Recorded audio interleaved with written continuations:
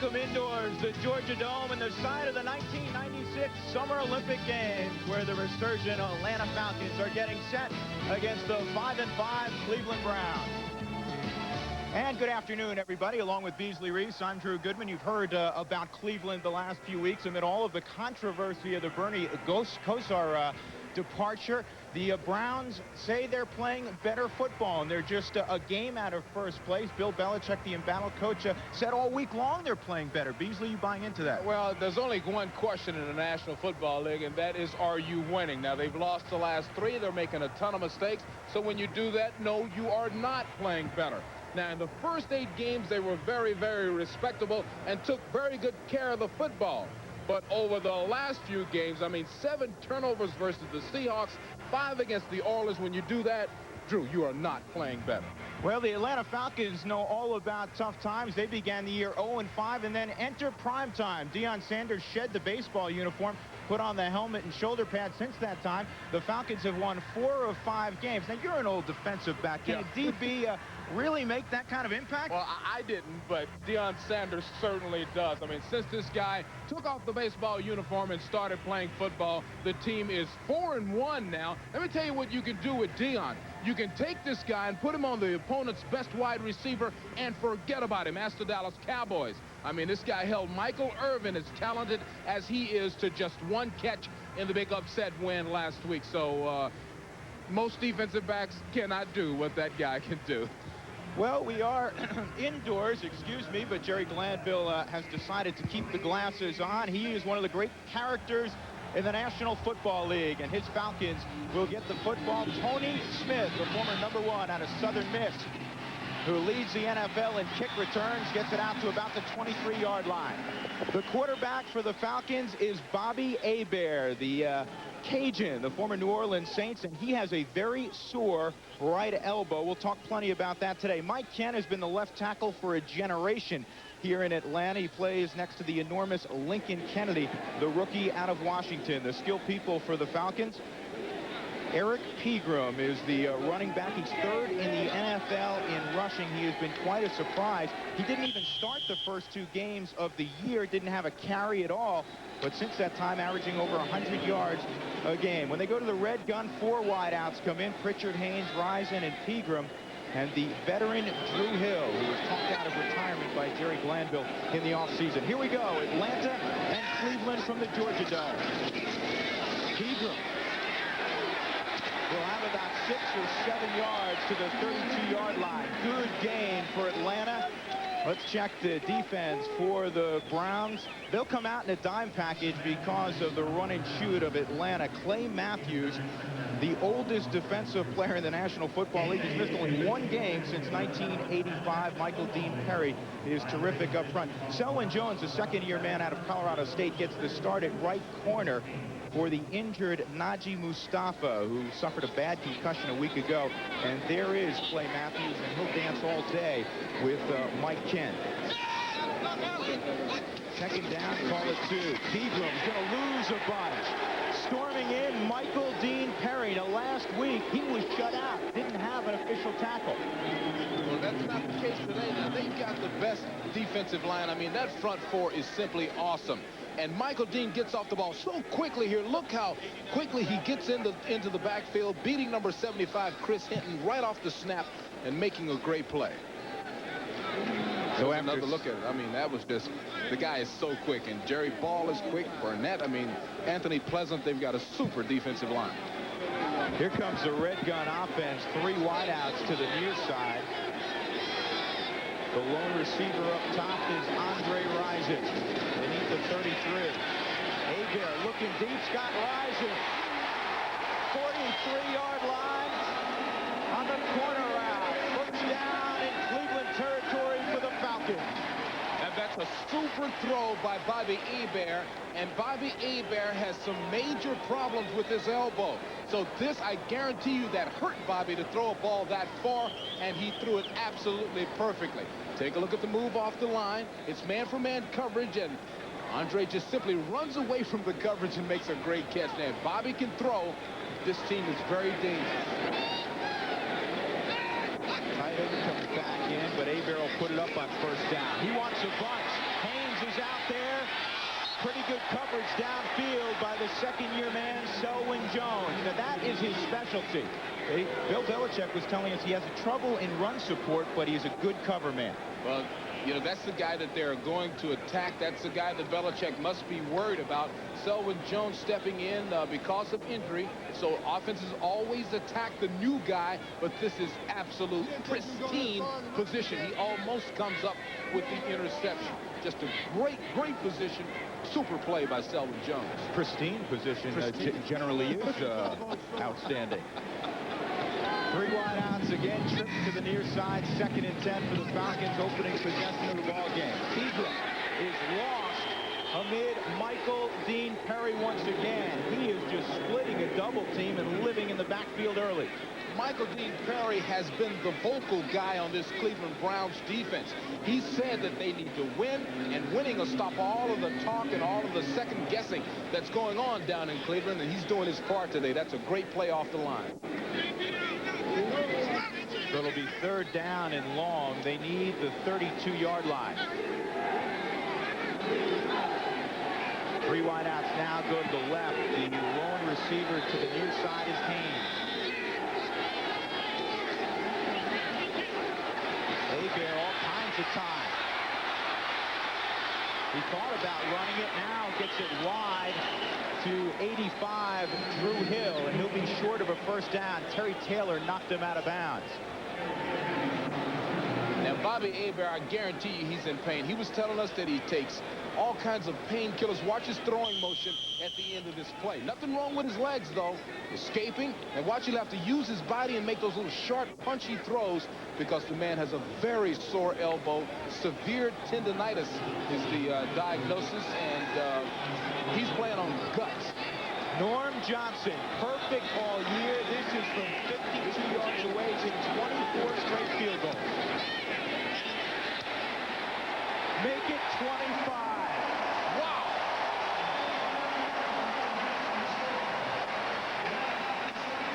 Oh, the hottest kicker in the NFL. Woo. Go. The Falcons on the board early thanks to who else? Norm Johnson, 52 yards away, and he knew it from the get-go. That was a perfect stroke, and it ties an NFL record for the most consecutive field goals in a single season with 20, and this guy's got 25 in a row dating back to last year, and the record for consecutive field goals is 29, set by John Carney of the San Diego Chargers. So this guy is doing a heck of a job. Yeah, Carney made that record earlier this year. He has since missed. Johnson kicking deep. Randy Baldwin is the man who'll handle the football. A yard deep. He's coming out. He won't get the 20-yard line. Run out of bounds at the 16-yard line. Jeff Donaldson down on special teams. Todd Philcox last week. The good news, a couple of touchdown passes, a career high 316 yards. The bad news, he threw 4 interceptions. Houston Hoover used to start here in Atlanta at left guard. He came over via free agency, very close with Deion Sanders. He's a pretty good one up front for the Cleveland Browns. Eric Metcalf, the outstanding running back, touched the football only 4 times last week in the loss to Houston. That must change for the Browns to be successful. When they go to 3rd and long, the 3 wides, Rico Smith, the former Colorado star, will come in, and there is Mr. Metcalf. And he gets his first rush in 2 weeks, and he'll get about 4 yards. The Atlanta defense, they also play an even front, and they are playing better football after really being torn apart earlier in the year. Jesse the Body Tuggle. You're a big wrestling fan, Beasley. That's right. They call him the Body. He benches 500-plus pounds. Ron George is a rookie out of Stanford, runs real well. Two rookies start in the secondary, Darnell Walker and Roger Harper, the strong safety, and there is prime time. Deion Sanders, he stays on the football field at all times. The nickel back is Tracy Eaton. And Jerry Glanville calls him an assassin. 2nd and 6. Philcox short drop. He's got Metcalf out of bounds at the 25-yard line. Knocked out there by Harper. It'll be 3rd down and about a yard for Cleveland. Now, one thing I'd like to clue everybody in on is the #1 confrontation out there today will be between Deion Sanders and Michael Jackson, number 81, that you see there. Those two guys have been talking trash on the telephone, and the gauntlet has been dropped.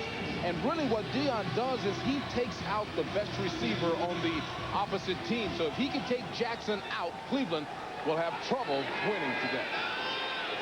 Here's Deion. He told me before the ball game, he said, I'm made. I've already been around. I'm a Pro Bowler. Michael Jackson has to prove something to me. Bardell, first down and more, 33-yard line. Touchdown, Tommy. Well, the name was applicable in college, but he's only seen the end zone once in his brief NFL career. He's got one more touchdown than you do, Drew. That's right. You know what? He'll always have one more than me. You know what? This offensive line of Cleveland is pushing the pile also. Look at that alley right up the front. That's beautiful. A beautiful job by the offensive line. They've got a super center, number 61, Steve Everett, with the key block there. That's a great job. So 1st and 10 for the Browns. Slot to the near side. Carrier goes in motion. Blitz coming. They go on a delay. Metcalf will get just a couple of yards. Scott Case, the veteran free safety, and also Jesse Tuggle combined to bring him down. There is Case, 10 years out of Oklahoma. You know, excuse me, Drew, I'm glad to see that they're using Metcalf a lot early on in this ball game. Every defensive coordinator that we talk to say the #1 guy you've got to stop is Eric Metcalf. And then for him to only touch the ball a few times last week is almost criminal. Yeah, I mean, this is the most dangerous man. This is the MDM. They put it on the board. MDM, most dangerous man, and it's Metcalf on that team. Ron Wolfley goes in motion. Again, it's Metcalf, and he's got an opening.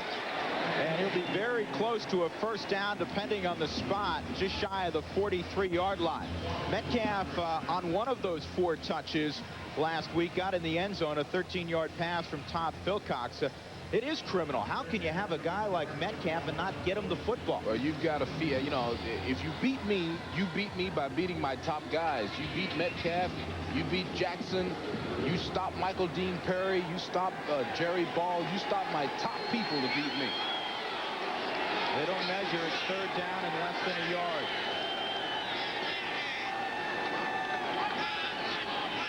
Movement, flags, Bardell, and it is whistled dead, so it might be procedure against Cleveland.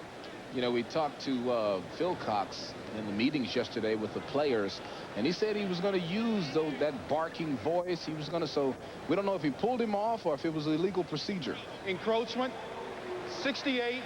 Yep. Defense. He got one of them. First down. You know, we talked about, you know, we asked him, well, if they're going to blitz a lot, are you going to change your snap count? Are you going to go on the first sound? Are you going to bark out your voice? Probably the barking worked that time. He's got a baritone voice. Oh, he's got a beautiful voice. He should be in our business. That's right. He has a future. We'll try to hear it this time. Let's listen in and see if he tries to draw them offside. Quick snap count. Here's a delay. Metcalf making people miss. Got 5, maybe 6 yards, and he crosses midfield into Falcon territory. Roger Harper, the strong safety, and again, Jesse Tuggle, who's over 100 tackles. Let's see, that's absolute beautiful blocking by the offensive line. Bob Dahl, number 72. Everett, 61, clearing the way, and look at the footwork interior. I call that gorilla running. That's beautiful interior inside trouble running. Look at the average, gaudy, 4.8. The Browns as a team average better than 4 yards a carry. They walk people up, and Ron George was about a couple of days early. He was in the backfield well before the ball was snapped. So Johnny Greer with some more work to do. Typical Atlanta defense. Offside. 50 defense. He was across the line, unabated towards the quarterback. Still 2nd down. I bet they're complaining. Listen.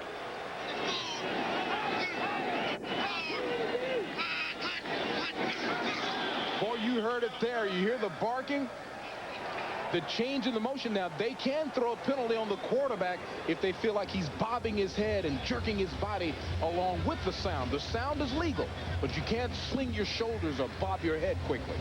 That's a great job by Philcox.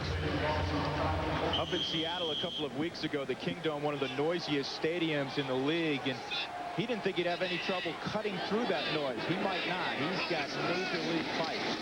Blitz again coming. Philcox wants a bunch. Got a man out there over the head of Mark Carrier. Darnell Walker was trailing by a step, but Philcox had his man. Philcox has a bomb for an arm. Mark Carrier just blew by the defender. Darnell Walker, the rookie, let me tell you something. This kid Carrier can fly. Now, if Philcox throws this straight up in the air and lets it come straight down, he gives his receiver a chance to make this catch.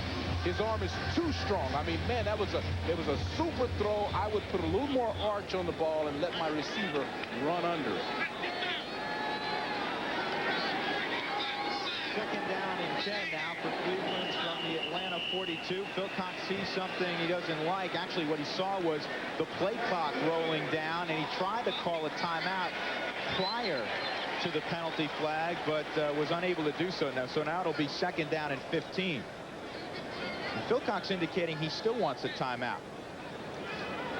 That's one of the things, Beasley, I imagine you have to live with a young quarterback, an inexperienced quarterback in this case with Philcox. He might burn some timeouts in the middle of the football game. Absolutely, and you know, you're inside the Georgia Dome, and there's about 65,000 people here. It's very loud in here, so it kind of slows down what you're trying to do, and then he's also trying to read as long as he can at the line of scrimmage, trying to get a pre-snap read. Are they blitzing? Are they not? Carrier goes right. To the near side comes Michael Jackson. The other Michael Jackson. Philcox toward his tight end. Great break on the football underneath by Roger Harper. The intended target was Brian Kinchin. That's two rookies making plays. Two rookies doing a real good job. That's Harper, number 47 this time. Now, Philcox was under a lot of pressure on this pass, and that's the reason he didn't have time to really step and deliver it. Nice play fake, but the pocket started deteriorating right in his face. As a result, he had to throw a pass that maybe he shouldn't have thrown. He's lucky that time that Harper didn't pick it off. Harper comes out on throwing downs, 3rd and 15. The Cleveland offensive line has relinquished 37 sacks this year, second worst in the NFL. Again, movement flags come in. They have a screen set up. Here's the dangerous one, Metcalf. And he'll be tracked down shy of a first down, but Cleveland may have been offside again. Scott Case ran him out of bounds.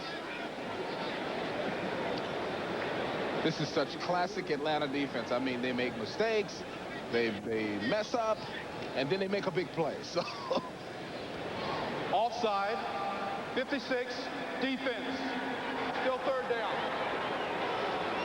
see, that'll kill you. Man, that's Darian Connor, who was inactive last week. Jerry Glanville, he has created a collegiate type of atmosphere around the Falcons. He says, we practiced the same way this week at 4 and 6 as we did when we were 0 and 5. And the team mirrors his enthusiasm for life. That's why I love him as a coach. I mean, I like that college atmosphere. I like guys jumping up and down and being enthusiastic. And that's why, you know, they're a little too enthusiastic. When they're high, they're too high. And then when they're low, they're too low. I mean, that's the problem when you play on emotion, is that you make mistakes, and you also can get too up sometimes. Will you help me out with something? Jerry gave me a new vocabulary word yesterday. Two-staffer. A two-staffer. I'll explain that after this play. A great word, a great term. 3rd down and 10. 3 receivers to the top for the Browns. They need the 32-yard line of Atlanta. Metcalf sweeping. And he will be shy of a first down at the 35-yard line. Jesse Tuggle made contact. Now a decision for Belichick. 52-yard field goal. Stover probably can't get it there. He's not one of the stronger legs in football. But they're going to give him a shot. They go sweep on 3rd and 10. Very conservative. Well, that's very conservative. I probably wouldn't have made that call. I don't consider it a horrible call. I mean, if Metcalf has got the talent to break things, and maybe he feels like Stover is a good guy to ride in this situation. Nope. He had the distance, but it was wide left. So Atlanta still on top, 3-0 at the Georgia Dome. Atlanta with the lead, 3-0, 36-yard line after the missed field goal.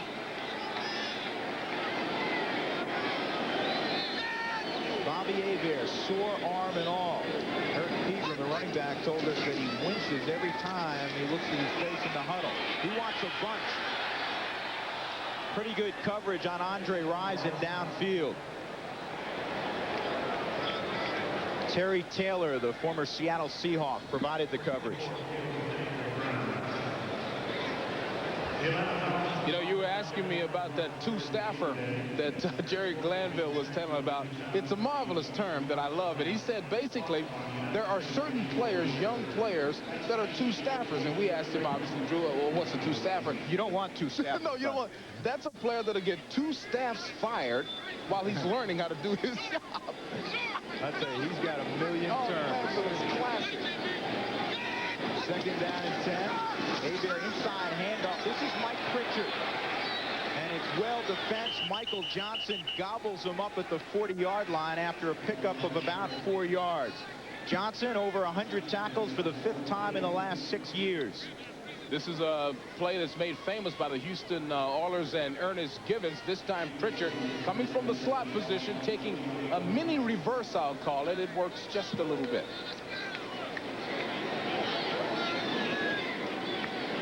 3rd down and 6 for Atlanta. They have done a very good job protecting the quarterback the last few ball games. No sacks in the last 10 quarters of Bobby Hebert. Comes up, presses the outside receiver. Hebert throwing complete to Michael Haynes, we believe. Selwyn Jones had the coverage. And Haynes went down to the carpet to scoop that up. 1st down, Atlanta, 46-yard line of the Browns. You know, Michael Haynes has a reputation of being a deep threat guy. He averages 19.1 a catch. But look at him going on the inside. I mean, that's really what Jerry Glanville told us that he does best, is going inside, making the tough catch. He's a tough kid, doesn't mind getting hit. Here's his average for this season, 11.5, but over his career, 19.1, one of the longest averages in the league. Glanville loves speed, and Haynes can flat out fly. Here's Pegram.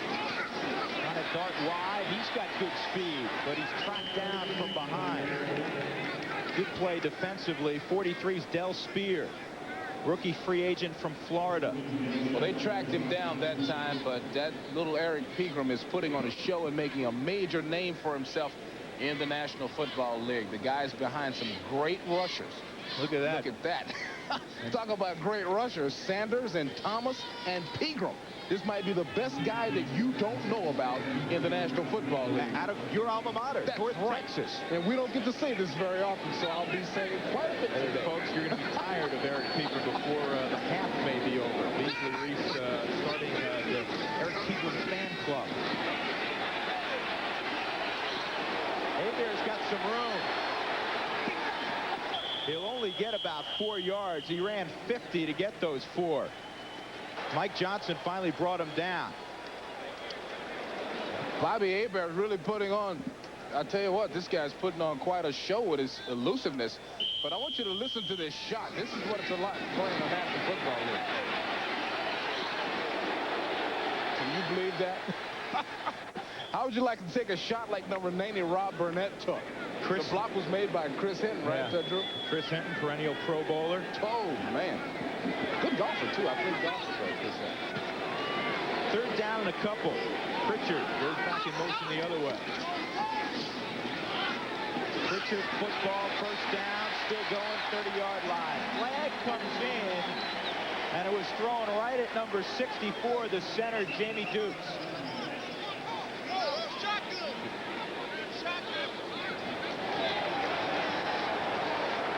Jamie Dukes, talk about a veteran with he's got a strange body, but it's a perfect body for an offensive center. He's real big up top, you know, real strong up top, and boy, he's a super veteran, but makes a bad play there. You go tell him he has a strange body. I'm not going to tell you. Holding, 64, offense. Gotcha. Still 3rd down. Look at it. Looks like a little bowling ball, doesn't it? And we're going to get a real good look at this at the deal here. Now, here's your offensive center. Right in that area right there. Let's see if we can catch the grab. Here he comes leading out. He knows that the ball is out in the air now. Working against Johnson. There he is, right there. It was a tackle. It wasn't really a hold. It was more of a grab. Every once in a while, those offensive linemen dream about playing on the other side of the football. You know, Jamie Dukes and Deion Sanders are in business together. They have a hair salon in Atlanta together. How would you like Jamie Dukes to stroll out behind a curtain and say, yes, what kind of hairdo would you like? You think Deion goes there? Maybe he got his hair cut there, so he's covering it up. Exactly. So it'll be 3rd down and 8 for Atlanta.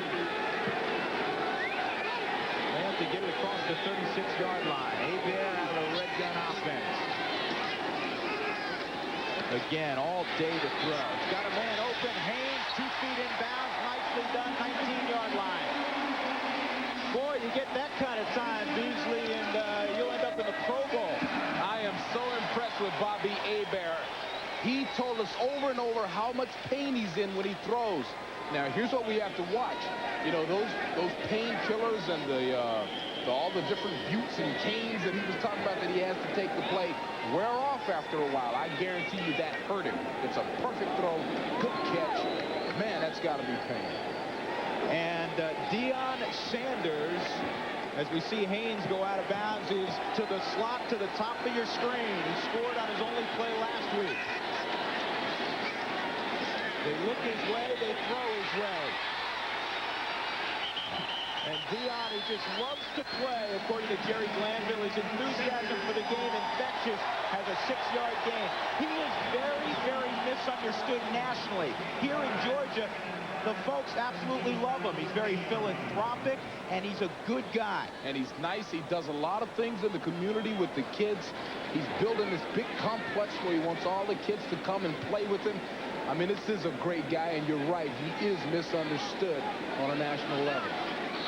It happens when you throw water on commentators and well, that I don't advise. You get misunderstood. 2nd down and a couple. Hebert looking end zone, touchdown. Del Spear was there, but he didn't find Andre Rison. 11th touchdown of the year. Drew, that was so sneaky. Andre Rison was open. He knew the ball was coming, but he's kept his hands down by his side to fool the defensive back. Oh, that's not fair. He kept his hands down and then popped them up at the last second to make the catch. That's too sneaky. Look at him. 7th reception on the year for Rison. Spear had great coverage. Spear didn't know the ball was coming. Spear was right there. North Johnson right down the middle. Atlanta up early, 10-0. Maybe the hottest team in the league right now. The end of this play was so sneaky. Andre Rison comes down to the inside, and then here he keeps his hands down to the last second to fool Del Spear, who is in absolutely perfect position. See that? Kept his hands down, popped them up. That's so sneaky, it ought to be illegal. And I'm so impressed with Bobby Hebert. Trust me, the man's in pain every time he lets it go, but still pumped up and involved in this football. He is among the NFL leaders in passing efficiency. That was his 16th touchdown of the year against only 6 interceptions. Very quietly, Bobby Hebert is having a Pro Bowl kind of year. Here's Randy Baldwin tumbling out over the 20 to the 22. Atlanta leads it 10-0. Let's take a look at the natural gas quarterback efficiency ratings. A couple of NFC quarterbacks ahead of Bobby Hebert, only one in the AFC, that being John Elway. And his number will rise, I'm sure, if he continues the way he started today. 6 of 9, 98 yards in the early going and a touchdown. Check that, 7 of 9 and 102 yards. So my math off a little bit. 16 touchdowns on the year. All of this with an arm that he can't throw with during the week. He can't even practice. No, he's talking about taking a butadiene and some type of Novocaine shot at one point. painkillers. I mean, he's paying a heck of a price to play this game. Cleveland needs to move the football. Metcalf was in the hole and came back out of the hole. That's Randy Baldwin, not Metcalf. Now, that was a bad move by Randy. Yeah, I'd say so. You know, you don't have that kind of time against a good football. You can't stick it in there and then pull back out of it. You got to, you know, we were talking to Jerry Glanville, the coach of the Atlanta Falcons, and he called that bunny hopping. Yeah. You can't be hopping around. That was bunny hopping, all right. Atlanta owns the first quarter 10-0. We'll come back with a second chapter from the Georgia Dome. Atlanta with the lead 10-0, and statistically they won the first quarter. Cleveland, which is 22 points all year long in the first quarter, Beasley. They've been horrible in the first quarter, but you see the big differences in total yards and passing yards. Big advantage for Atlanta. Second and 12, Bardell putting his helmet down. He'll get it close to the 25-yard line. It'll bring up 3rd down and 9 for Cleveland. Pierce Holt made the tackle. He was a free agent from San Francisco, and he helped upgrade that defensive front for Jerry Glanville. They're still very much undersized. Jerry Glanville has a lot of quick athletes defensively, but they don't always match up too well with some of the bigger offensive lines in the National Football Conference. That's the problem they've had, is, you know, they get pushed around a lot, so they have to rely on quickness and pressure, blitzing. Metcalf is the single setback.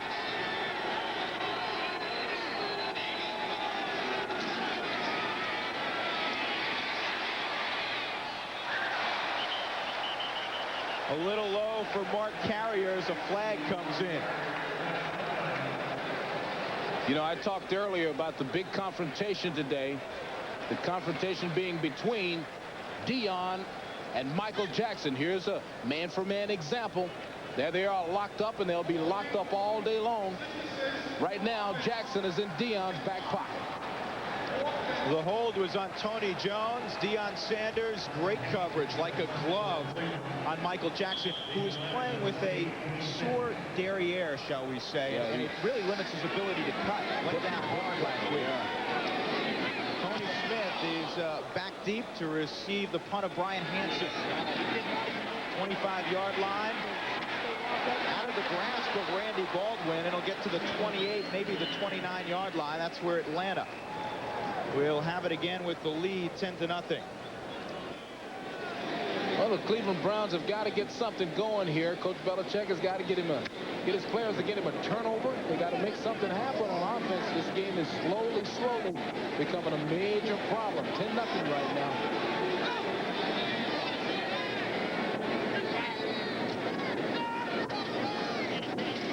Here's Pedro, and there is Michael Dean Perry. He has been terrific. While we have a moment, let's get it to Jim Lampley in New York. All right, Jim, thanks very much. If you're Don Nehlen, you've done everything you can, and you have to be pretty upset. 11-0. The Mountaineers, I think, surprised a whole lot of folks this year. 10-0 here at the Georgia Dome in Atlanta. The Red Gun offense, 4 wideouts come in on 2nd down and 13. Screen, Pegram. Boy, Bobby Hebert, as a flag comes in, a wizard to get that ball in there. One thing that you are going to notice is that Pegram is going to have a lot of trouble today, and that should really help. We had an illegal man downfield, I believe that is the signal on this screen. But that should help Cleveland in Cleveland's defense in this game. If the run and shoot, the Red Gun, if they can't run the ball, then you've got a lot of trouble. Nick Saban should be excited about at least the fact that his defensive line is really in control. I mean, Pegram is not able to run the ball. Downfield, number 66, offense, is declined. 3rd down. So that was big Lincoln Kennedy. And a very big Lincoln Kennedy, 360 pounds of him downfield. It's hard to get that much downfield. Yeah, that's right. Deion Sanders has come in the ball game. He's about 360, 362. They put him on a diet. Jerry Glanville said he gained 8 pounds. He's huge. He's enormous. 3rd down and plenty. Near side slot is Sanders.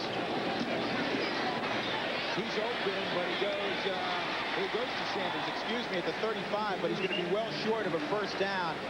Terry Taylor had the pretty good coverage, and Cleveland will get the football back. Glanville also said about Lincoln Kennedy, the monstrosity, the rookie out of Washington. He said he'll be a terrific player when he learns 2 words. I'm full.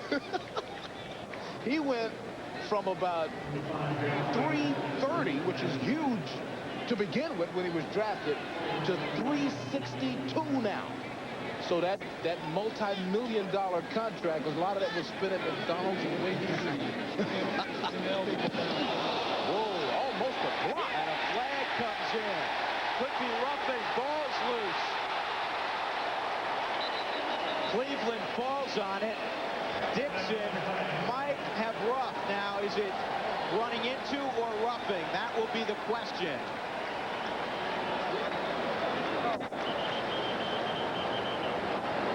Gerald Dixon, in his effort to block the punt of Harold Alexander, ran into him.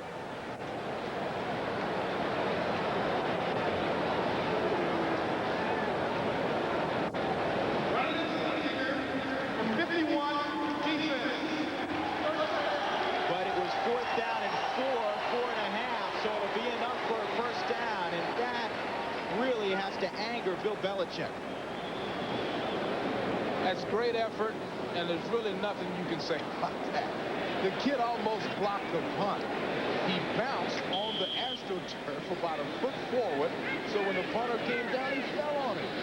I don't think there's a coach in the National Football League that'll get on you about going 100%. Deion Sanders in the slot to the top. He's going both ways right now. A throwback. And here's Deion. He wants to throw it. He's a lefty. And he had Rising, but Andre couldn't haul it in.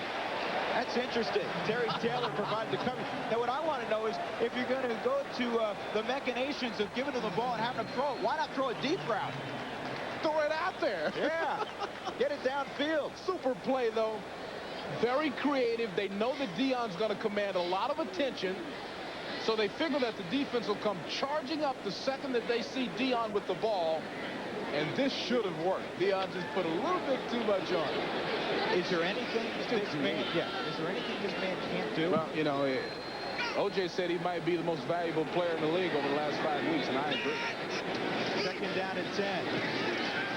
Hebert has it to his tight end. First down. The seldom used Mitch Ryan picks up just his 6th reception of the year. The rookie out of Michigan State.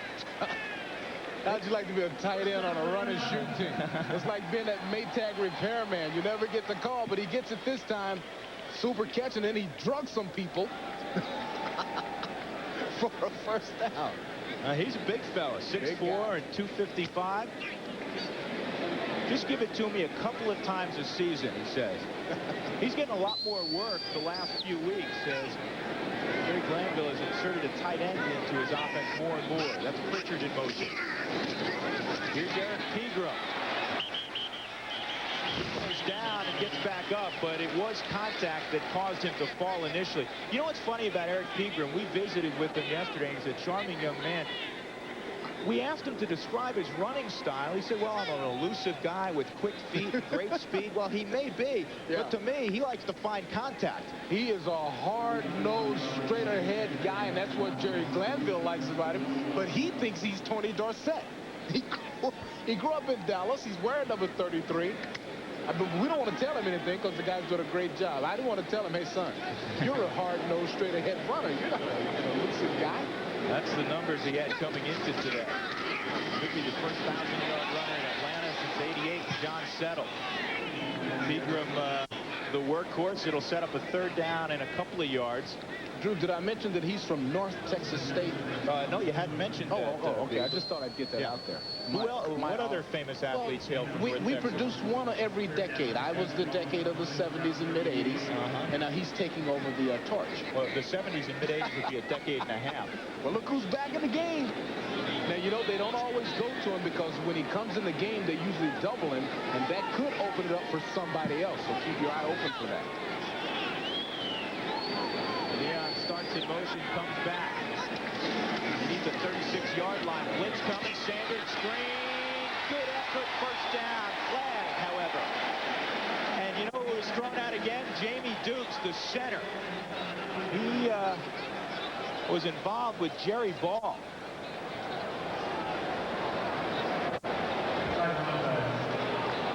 My man, Jamie. Well, that's the second big flag he's had thrown on him. Boy, what an exciting play. He's a guy that never played center prior to his... 66 offense. It's not Jamie. Still third down. No, it's Lincoln Kennedy. He can't hide. There's all of that Lincoln Kennedy right over there on the left side. Look how big he is, man. This guy is huge.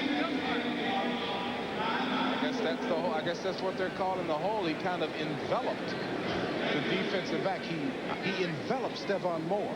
I didn't quite see the hold, but... Well, I think what he did was he wrapped his arms around him and envelop is the best word I can come up with. He was trying to 62-pound man gets you. He was trying to pad the landing for Stephon Moore. He didn't want to hurt him too bad. So now it's third down and 15. Sanders is out of the game.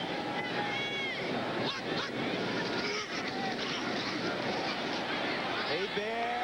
Oh, a drop by Andre Rison at the 30-yard line. It was a little bit behind him, but Andre Rison will be the first to tell you he should have held on. Well, he's a very acrobatic and very athletic receiver, so I guess we can say that he should have caught this one. This is over, this is in traffic, in trouble. That's a tough one. Yeah, actually, that is tougher than it looked initially. Yeah. Thought he had two hands on the football. Yep, that's tough. So Harold Alexander, the rookie punter who led 1AA in punting the last couple of years at Appalachian State. Wow. It's off a big punt. Downfield, 1-yard line. Great coverage on special teams. One thing you always get with the Jerry Glanville team that has been consistent, I don't care what team he's coaching for, you will always get great special teams play. Now, there's a conference. This may not be at the 1-yard line. It would be a great break for Cleveland if they get to move this out to the 20. Elbert Shelley was downfield. Now, the question is, was his feet in the end zone? If they were, then it comes out to the 20. And the question maybe was any part of his body in the end zone as he was touching the ball. Then if any part of his body was touching the goal line. Wouldn't you like to be in one of those huddles? I mean, I'd love to. Half a dozen guys talking left and right. Nobody knows what's cooking. Here's the call. The ball belongs to the receiving team at the 1-yard line. Big break for Atlanta. Tough break for Bill Belichick and the Cleveland team. That's a great effort by number 37. Just a super job at the ball. Back at the Georgia Dome in Atlanta, the Falcons leading 10-0. Along with Beasley, Reece, I'm Drew Goodman, and Atlanta has pinned Cleveland deep.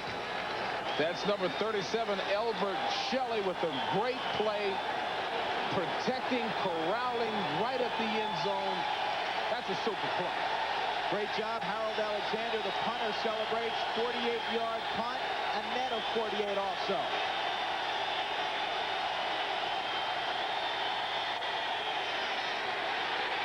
Togo hits Bardell.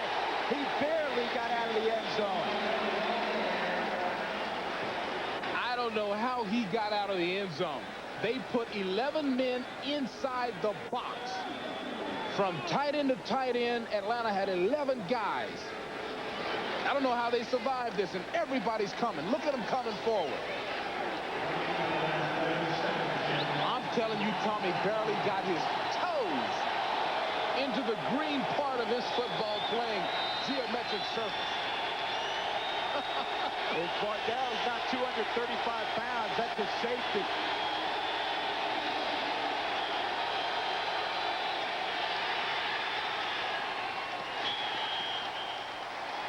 He was trying to get it to 96.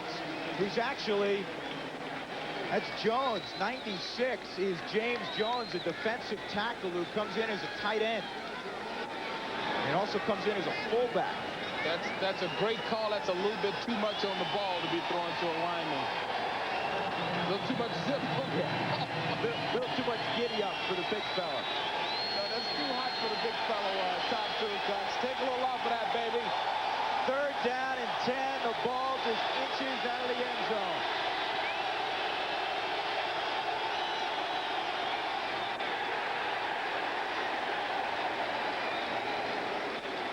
And Brian Hansen will have to punt with his heels on the back line of the end zone. They gave it to him that time. And Pierce Holt met him in the hole. Atlanta smelling blood. This Atlanta Falcons team consistently leads the National Football League when it comes to special team plays. Block kicks, run backs, the works. Tony Smith is back deep. It's a line drive, 39-yard line. Smith's got room. He'll get it to the 24. Atlanta with superb field position. Frank Stamms made the tackle on special teams. A punt of 38, a return of 16 by Smith. Well, who's hotter than the Atlanta Falcons? Maybe the Houston Oilers. That's about it. I mean, you talk about who's hot right now. You got to say Houston, and then you have to say Atlanta. Now, really, I think Hansen does a great job just pooching this out of there to keep him getting it blocked. And then at the other end, it has to be a great catch by Tony. You know, sometimes we fail to mention that. The punter has to have great hands, and a lot of times, like a shortstop, feels the ball coming back. Absolutely, especially when he knows the Atlanta Falcons, he knows their tendencies. He knew they were coming to get that ball. Let's see if Bobby Hebert goes up top immediately with the great field position. He has the hot hand.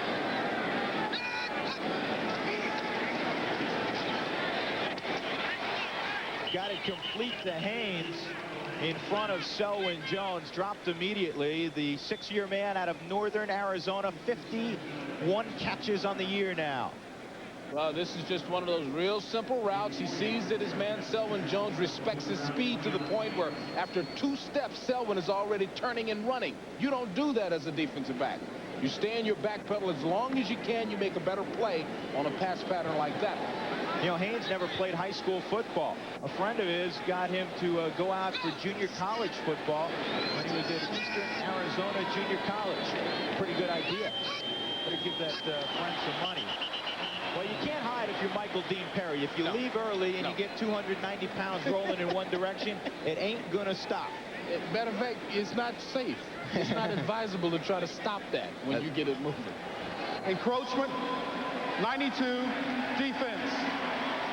You know he was about to make one of those plays, Drew. He was about to explode off the line and make one of those plays in the end zone. Michael Dean just responding once again to that loud quarterback bark. So what comes around goes around. Philcox did it to Atlanta. Now Hebert just got Michael Dean. You know what? I think they have to describe that penalty a little differently. Sometimes it's like breaking and entering. Yes. Intruding, not just encroaching. 2nd and 1 for the Falcons. Hebert will have the first down, and that's about all. Give him the 12-yard line. And they'll move the chains for the Falcons. They have the lead 10-0, and Cleveland needs to get a stop here and bring Norm Johnson out of the field if they can't create a turnover. The team was a little bit looser this week. We saw them a couple of weeks ago up in Seattle. It was right after the release of Bernie Kosar, and they were tight as a drum. Last week they played a little bit better. The turnovers have hurt them. They seemed pretty loose yesterday, didn't they, B? They really did. They were happy. They were upbeat.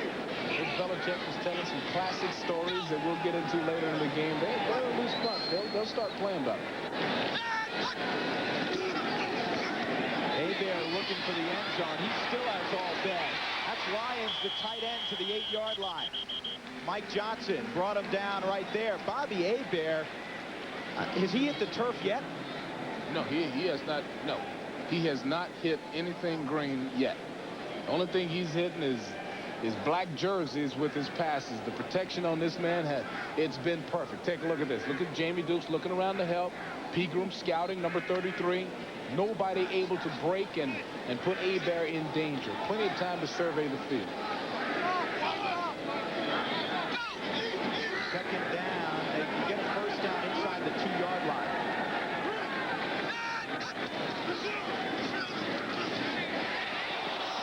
Good play. 29 breaking on the football. It's a free safety. Eric Turner. Selwyn Jones also had the coverage. Turner, the second leading tackler, the former All-American out of UCLA. Well, I blame this one on Hebert. I mean, you can't just step and throw with the guy. Look at that. Turner is a Pro Bowl level, Pro Bowl caliber safety. You have to look him off. You can't just turn, look where you're going to throw and let that one go.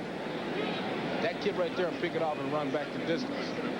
Well, once again, Sanders went into the ball game, and now he exits, and Drew Hill takes his spot. Red gun offense, 2 receivers to the near side, 2 to the top. Pegram alone setback. Touchdown Atlanta. Mike Pritchard.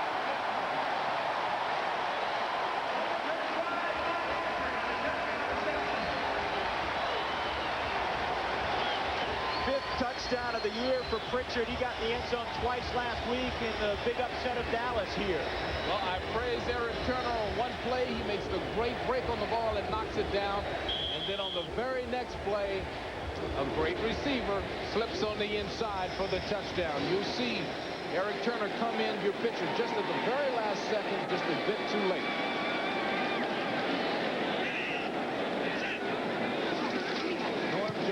Tacks on the extra point. He's 24 of 24 in that department this year. Hebert down the middle. Pritchard with the touchdown, and Atlanta running away from the Browns. Beautiful day outside in Atlanta. We're indoors, and Bill Belichick, well, I don't know if he wants to stay indoors right now. They have not thrown the ball well, and down 17-0, Beasley, Reece. They're going to see a lot of pressure. Well, they're in trouble now because they're going to be blitzing. They know that Philcox has to pass the ball. So this is going to be a real test when it comes to blitz pickup by the Cleveland Browns.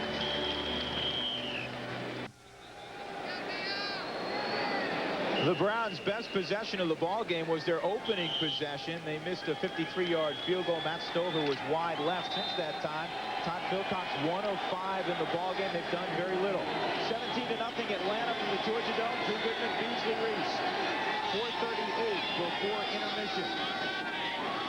The time is now for Cleveland. Tommy Vardell hit hard after 3 yards and lost the football.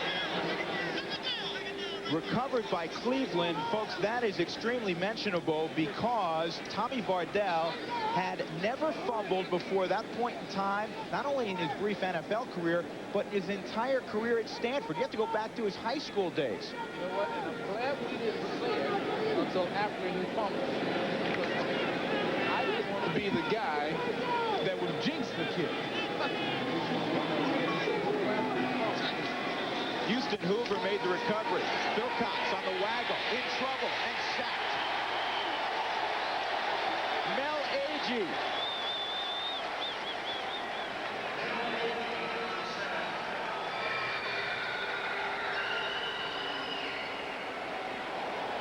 And this will continue. Atlanta will put all kinds of pressure on Todd Philcox, the young quarterback who is now behind by 17 points. Well, Agee was coming around the corner. He beat number 62, Gene Williams, on the play. Reached out his hand and pulled him down. They're going to bring it now, Drew. You are 100% correct. A lot of pressure. 3rd and 14. Metcalf, the single step back. They rush 4 wide of his target, Patrick Rowe, and he would have been short of a first down anyhow. Didn't run a route long enough for the first. Vinnie Clark had the coverage. Philcox goes off. It's 3 and out for the 3rd consecutive possession for the Browns. And once again, a Jerry Glanville team is going to have great special teams. So he said that his people put people on the ground when they block for special teams. They're going to come after this punt, and then they're going to block. They worked very hard and traditionally Jerry Glanville coach units block punts and return punts and kicks for touchdowns. Big effort here by Hansen. 29-yard line. Smith looked like a defensive lineman used a head slap to pick up an extra 13 yards. Outstanding field position for Atlanta. That's tonight. I love Bonanza.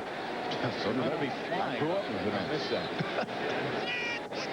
Atlanta 17-0, and they want more. Bobby Hebert sacked. Big play by Cleveland. Anthony Pleasant picks up his 5th sack of the year. Rob Burnett was also in there. And that's the first sack relinquished in almost 12 quarters by that Atlanta offensive line. And that's just a good bull rush. Beautiful bull rush over Big Mike Ken. And when I say bull rush, I mean he didn't put a move. He hit him square in the chest and pushed him all the way back to the quarterback. That's a good play. Anthony Pleasant. There is Art Modell, the owner president of the Cleveland Browns. And not a happy man right now. He hasn't been happy in about a month. They go to Pegram. Eric Pegram. 50-yard line. Del Spear, Eric Turner finally brought him down. You know what? He's legit. You can't hold the good ones down all day.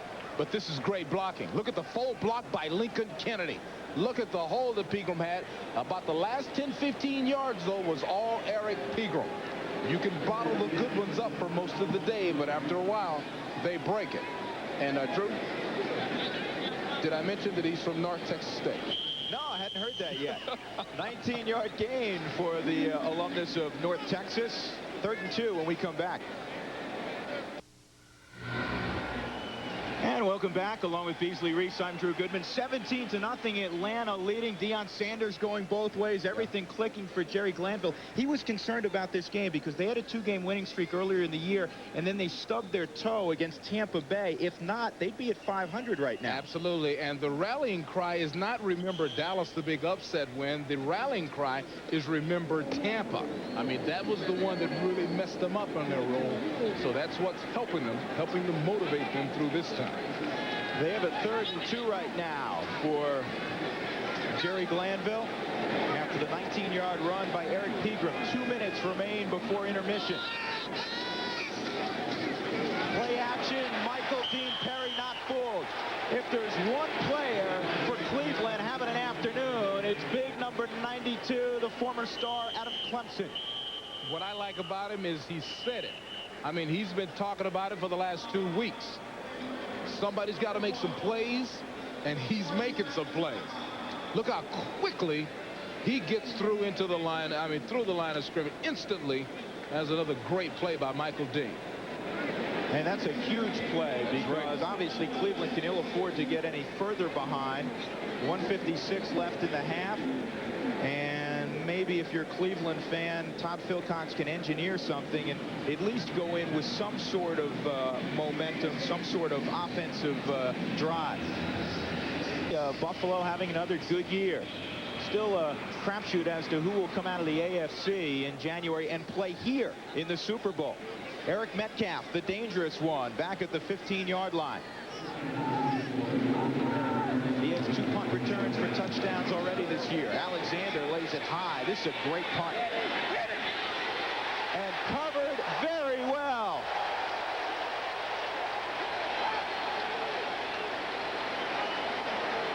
Folks, down on special teams is the man with no name on his jersey. I think that's Jacobs. Well, I tell you what, they brought 1 million people in and out of this football game. And as a super play, and like I said earlier, this team always plays well on special teams. Remember when Rosie Ruiz snuck in the New York Marathon and ate lunch and took a cab to the finish line? Maybe this guy snuck on the field. He didn't have a name on the back of his jersey. We'll find out who this guy is. He's not listed anywhere. So Cleveland with a $1:48 left in the half, backed up to their own 8-yard line. Alexander, the punter, he's ecstatic about that one. Bardell, the lone running back. He gets the call.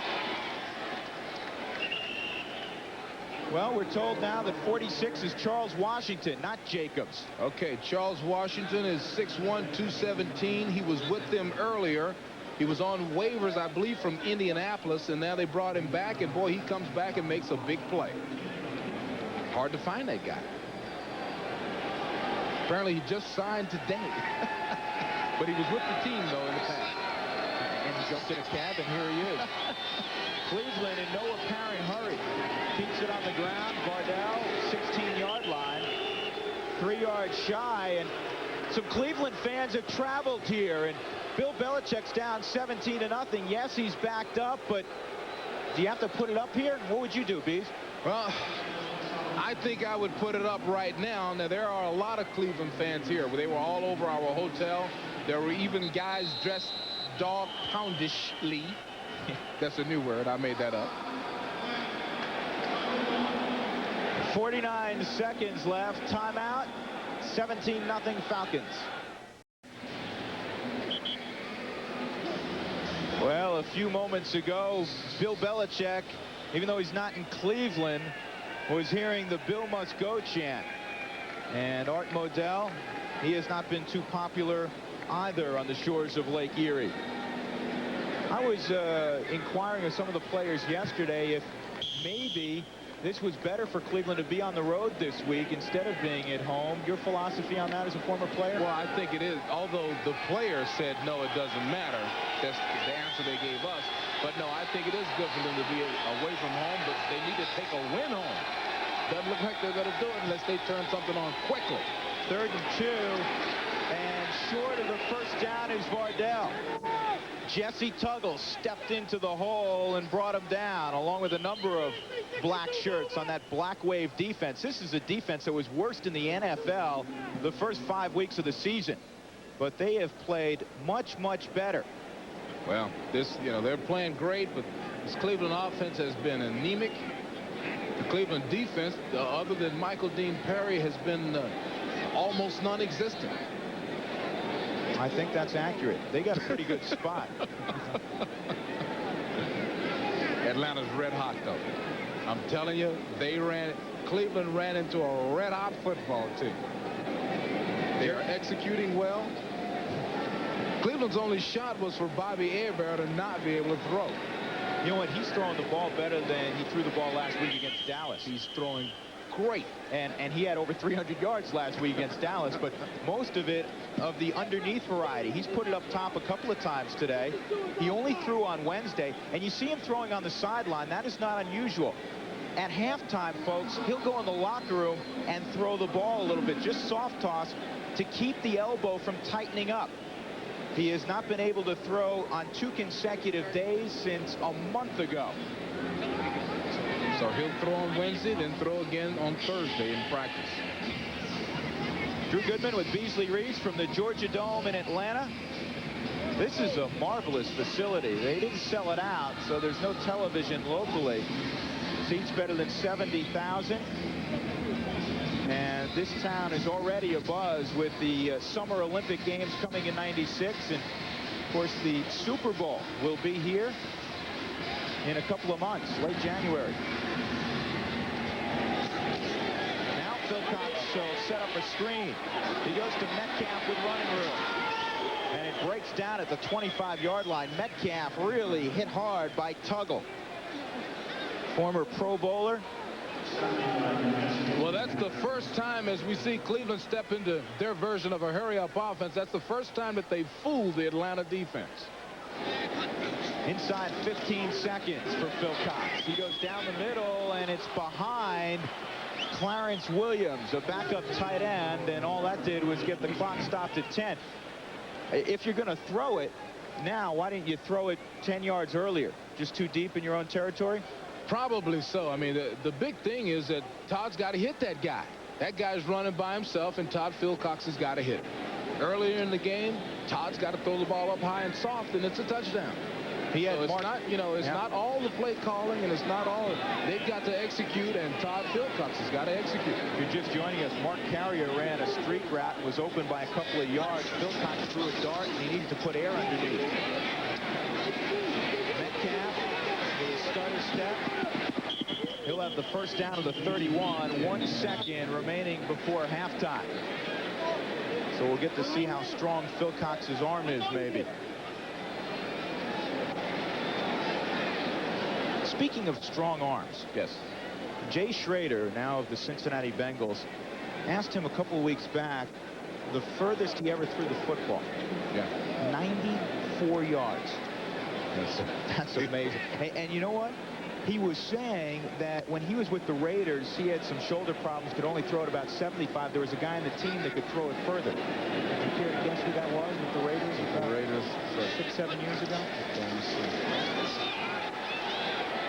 Eric Metcalf runs out the half to the 45. Bo Jackson. No surprise, he can do everything. Deion Sanders has done a lot of things today, and the Falcons are putting a hurt on Bill Belichick. 17-0 at intermission. Jerry Glanville's club pleasing the home folks at the Georgia Dome. And there is prime time, and he's been in on a lot of snaps on offense, and he has a reception. I would expect him to be more and more involved in the offense as they move down this stretch, trying to get. Are we going to New York, or where are we going? Don't be surprised to see him really do some wild things when they get down this stretch in the next few weeks.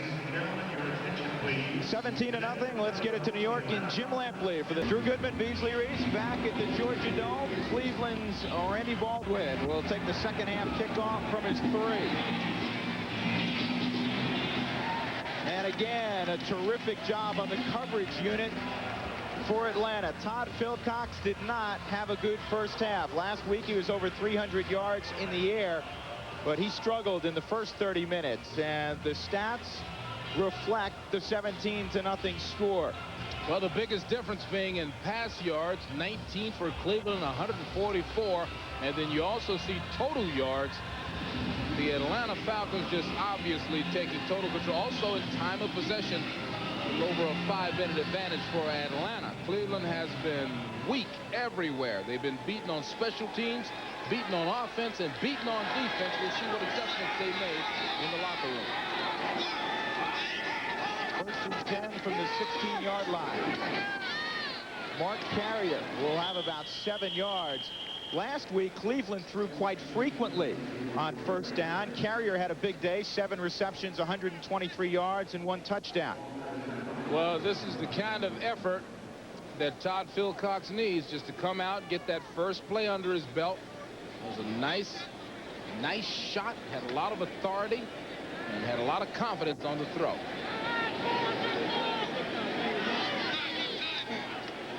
Second down and 3.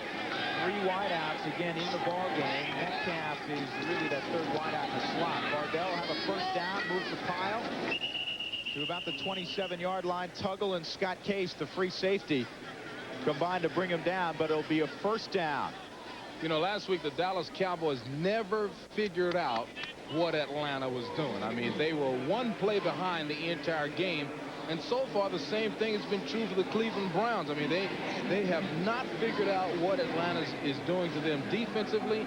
They certainly haven't figured out what to do offensively. So it's just, it goes on for the 2nd week in a row. Atlanta out-guessing, out-coaching, out-thinking, out-playing. And by the way, Deion Sanders throwing a shutout at Michael Jackson on the near side. Down the middle underneath is Brian Kinchin. Here's a guy in his 6th year out of LSU that had 2 catches coming into this year. He's a blocker. Yeah. He already, though, has 15 this year, and he had 5 last week. See, you throw to the tight end a lot when your passing game is not exactly clicking. I mean, geometrically, it's the safest and shortest throw. Usually he's right in the middle of the football field, and it's usually a pretty high completion rate when you go to the tight end.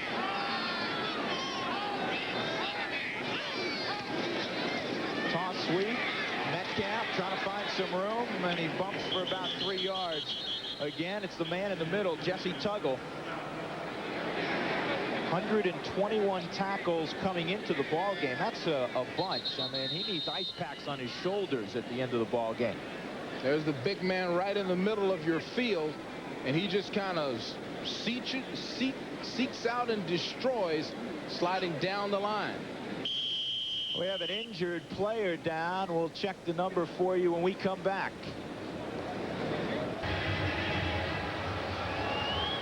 That's a big foot. It's Jumpy Gather's foot, and he twisted an ankle. And Mo Gardner, who's really the starter at tackle, comes in on 2nd and 7. Gathers plays on passing downs primarily.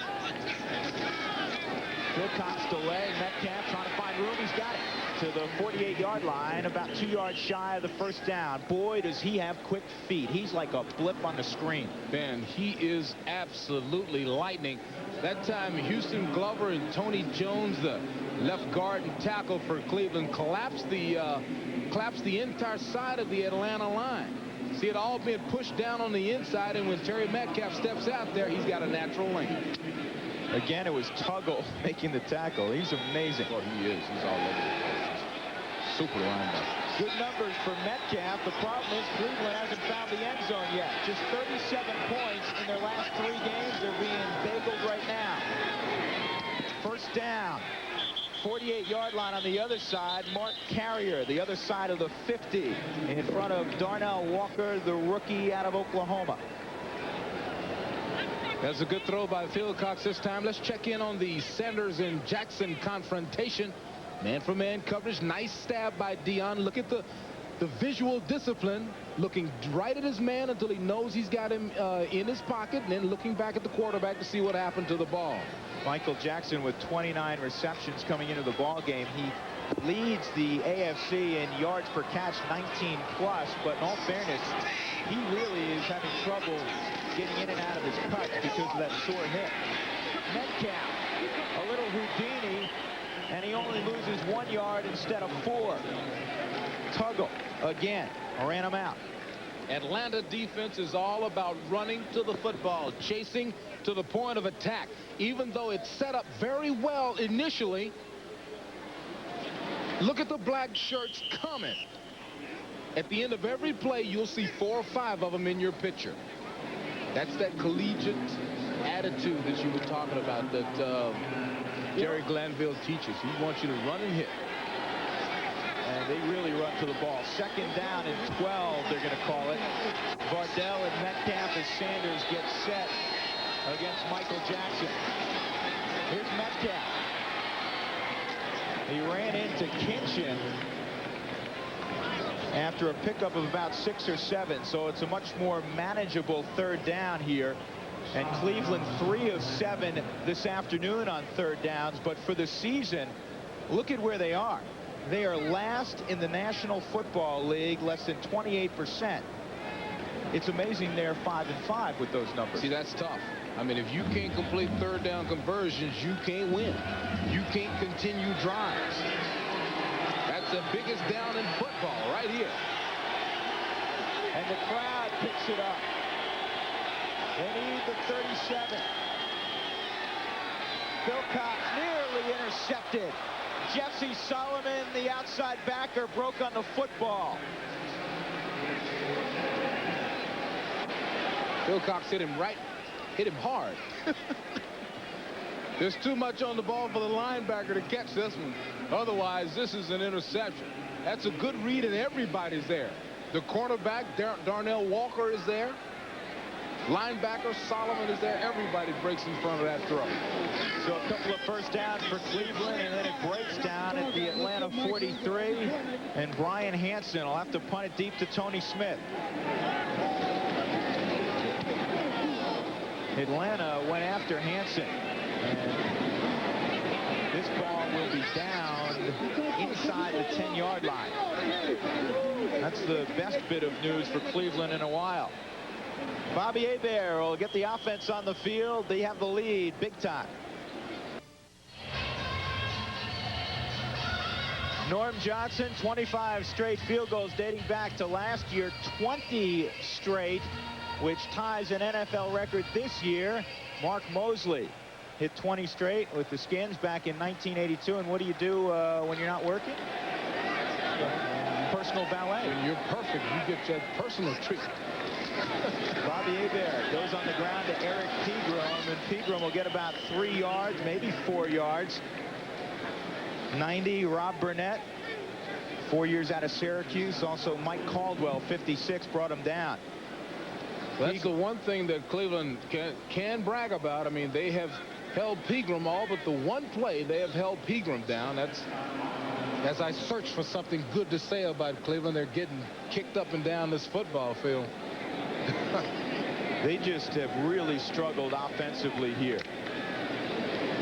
And defensively, Nick Saban sees his team down by 17, and with the offense struggling, they can't give up any more points. You see the numbers on Pegram. He's been pretty much throttled, and he stopped again. You run into Michael Dean Perry, and the play ends rather abruptly.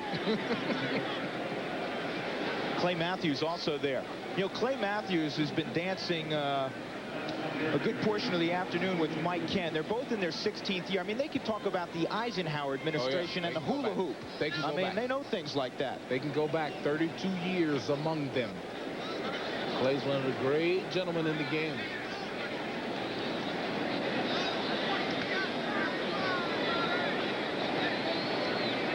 And there is Ken. Atlanta today 4 of 8 on 3rd down. They need 6.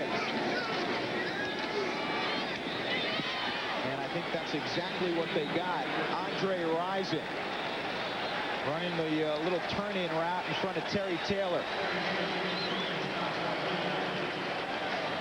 Rison, if you're just joining us, he's been in the end zone today. His 11th touchdown of the year, tying Jerry Rice. Nice little crossing patterns, hoping to get people confused. Good coverage that time, and Andre, the veteran, getting exactly the number of yards that he needs to gather the first down for his team.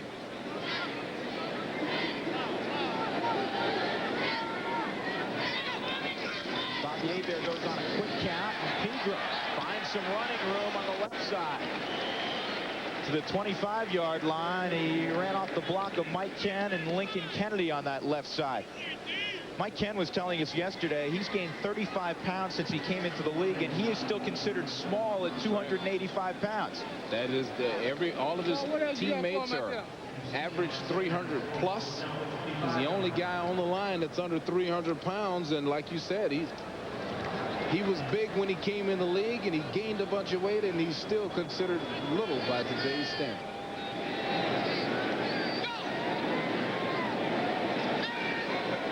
Second and a long 3.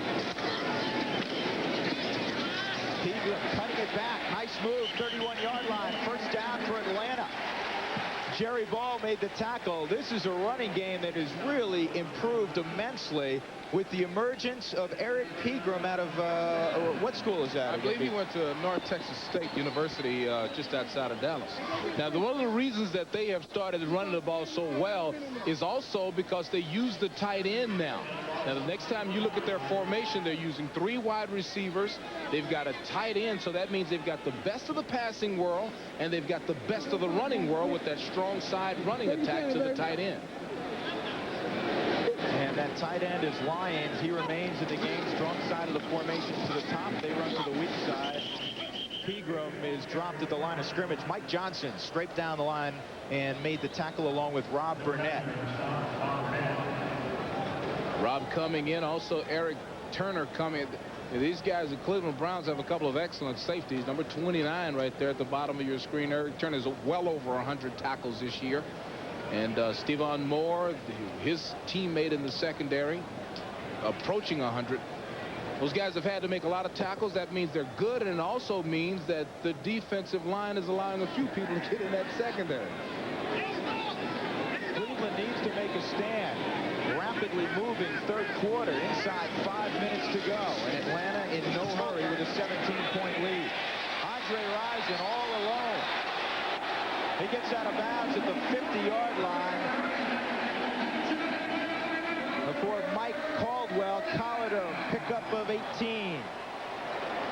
Well, I tell you, I like the way Andre Rison ran that football after the catch. He set up his tight end for a block, and he'll catch this ball. When he steps up, he sees people. He bounces back outside to set up Mitch Lyons for the great block. I tell you, that's talent. That's how you bleed the most out of the opportunity. There are your touchdown leaders in the National Football League. Rice, he's been on a roll, 6 in the last couple of weeks, but rising right there with them. And he's got 4 catches and a touchdown today. Hebert, a little of this, a little of that, and a loss of 2. Penetration in the backfield. 75 is Piosaga Pulatelli. What was his name? I said it once, and that's all the airtime he will get for now. Boy, got some letters on his back. Yes, he does. They go around his shoulders and down his pant leg. Would you like to buy a vowel? You wouldn't have any money well, left. I'll tell you what, Vanna White's a whole lot better looking than you are. Inside 3:50 to go in the third, 17-0 Falcons. Drew Goodman, Beasley, Reece, the alumnus of North Texas University. Second and 12. Hebert again, all kinds of time, and he throws that one into the turf. Eric Turner was closing fast on Michael Haynes. Hebert's been dropped once today, but that offensive line has improved quite a bit, and the defense has been terrific. In 4 of their last 6 games defensively, the Falcons have given up less than 14 points. And today they're throwing a shutout, and their quarterback, sore arm and all, is completing 75% of his passes. Nobody's talked much about him, but the only players in the NFC having better years, Steve Young maybe, and Troy Aikman. Underneath, this is Pritchard, and he'll be short of a first down. 42-yard line. And the crowd would like to see Glanville go for it, but he's going to do the prudent thing with a big lead and punt the football away. And that was a very good drive, if for no other reason than it used up 5 or 6 minutes on the clock. Well, I'm saying Cleveland had to know that they would feature Pegram and the running game a much part of that drive, yet they still couldn't get him off of the football field. This might be an opportunity for an offensive play for Cleveland. Eric Metcalf's back deep. Yeah, this is a good opportunity. Also, I wouldn't put it past Glanville's special team to do something sneaky here. Well, they run the clock down. They'll take the 5-yard penalty. Well, there's an indication that they do, in fact, plan to kick. That extra 5 yards allows them to try to drop the ball inside the 10-yard line. The punter can make a free swing with the leg with that extra distance, and it should drop. A 40-yard punt should drop right around that 5-10-yard line. Metcalf has his heels on the 10. Alexander hits it really well. This one's going to make the end zone. They got a chance. Oh, it dies. It came back the other direction. Harold Alexander. Now, how can you blame yourself? You can't tell which way the ball's going to go. He did his job.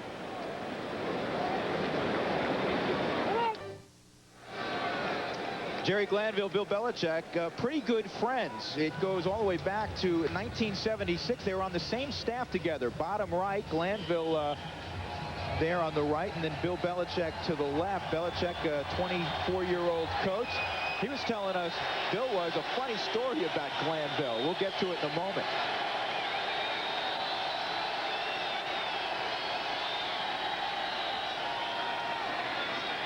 Philcox, time. Deion Sanders nearly had a theft.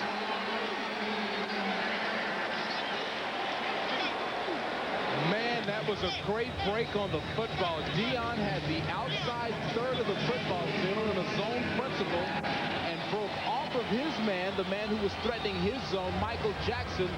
And see, Philcox looked to the right. He tried to look for safety off and did a great job of moving the safety.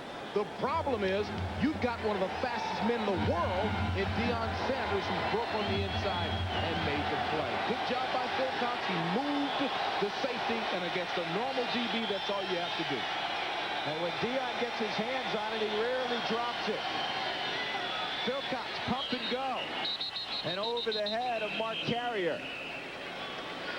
And we also have a flag down.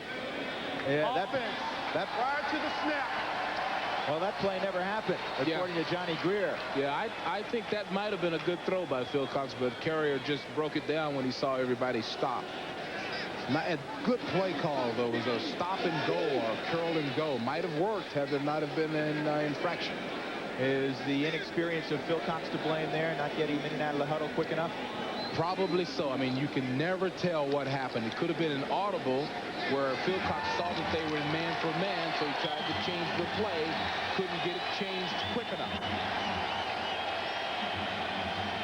Second down and 15 for Cleveland.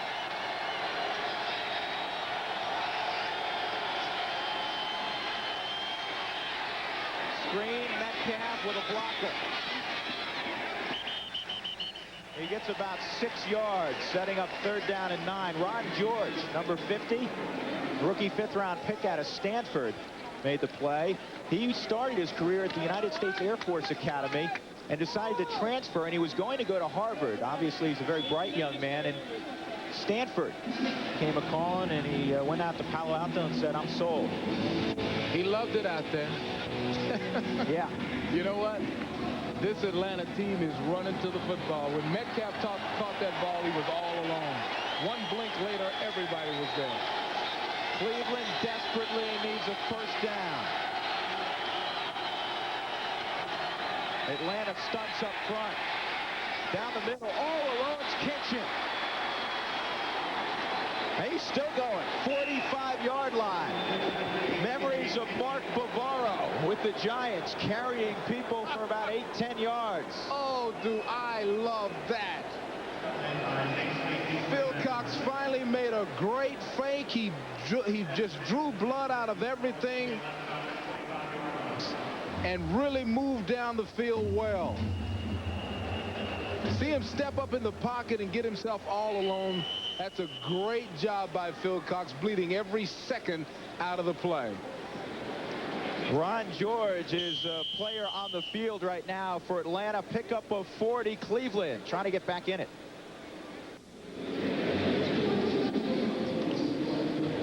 Ron George was helped off the field. Actually, he made it on his own power. You hate to guess on these sort of things, but the way they were working on him, figured it might be a cramp. He's moving around pretty good right now. Ken Tippins is taking his place, a 5-year man out of Middle Tennessee State. An update on Jumpy Gathers, who was helped out of the ball game a short while ago. He has a right ankle sprain and will not return. First and 10 for Cleveland at the 45-yard line. 38 seconds, clock moving left in the third quarter. Drew Goodman, Beasley, Reece from the Georgia Dome. 17-0 Atlanta. Man is out there.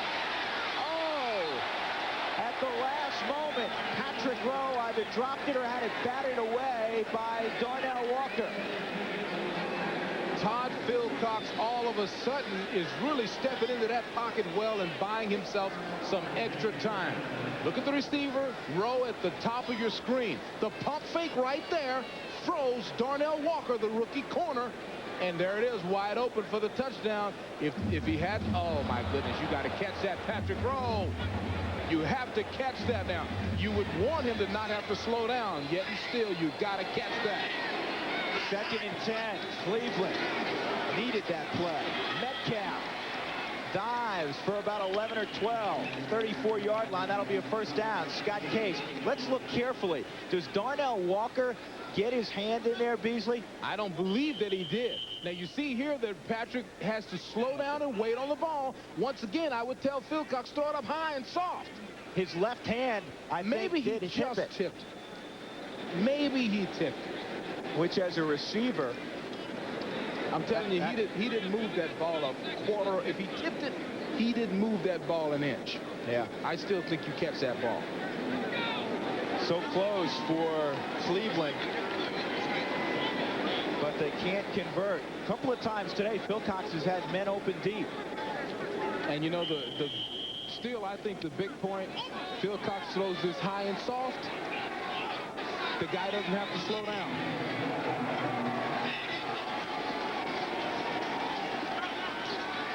He wants a bunch again, and again a man out there. Touchdown, Mark Carrier. This time they burned Darnell Walker. 35 yards. the third quarter expires.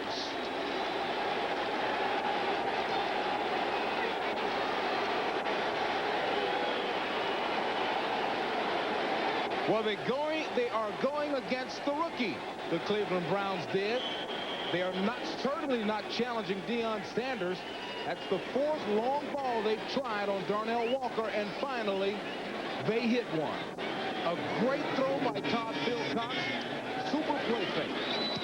Matt Stover gets it through 17-7. Cleveland trails by 10. We'll be right back after these messages from your local. Most great offensive plays are a result of bad defense. You see a play fake here, a little stutter step there, and Darnell Walker bites on every bit of it. Watch Philcox. That's a super play fake. Look at the little stutter step by the wide receiver, Mark Carrier. Walker bites on it, and it's a touchdown. That's a great throw, great pattern, great everything. Smith, short kickoff, takes it from the 10.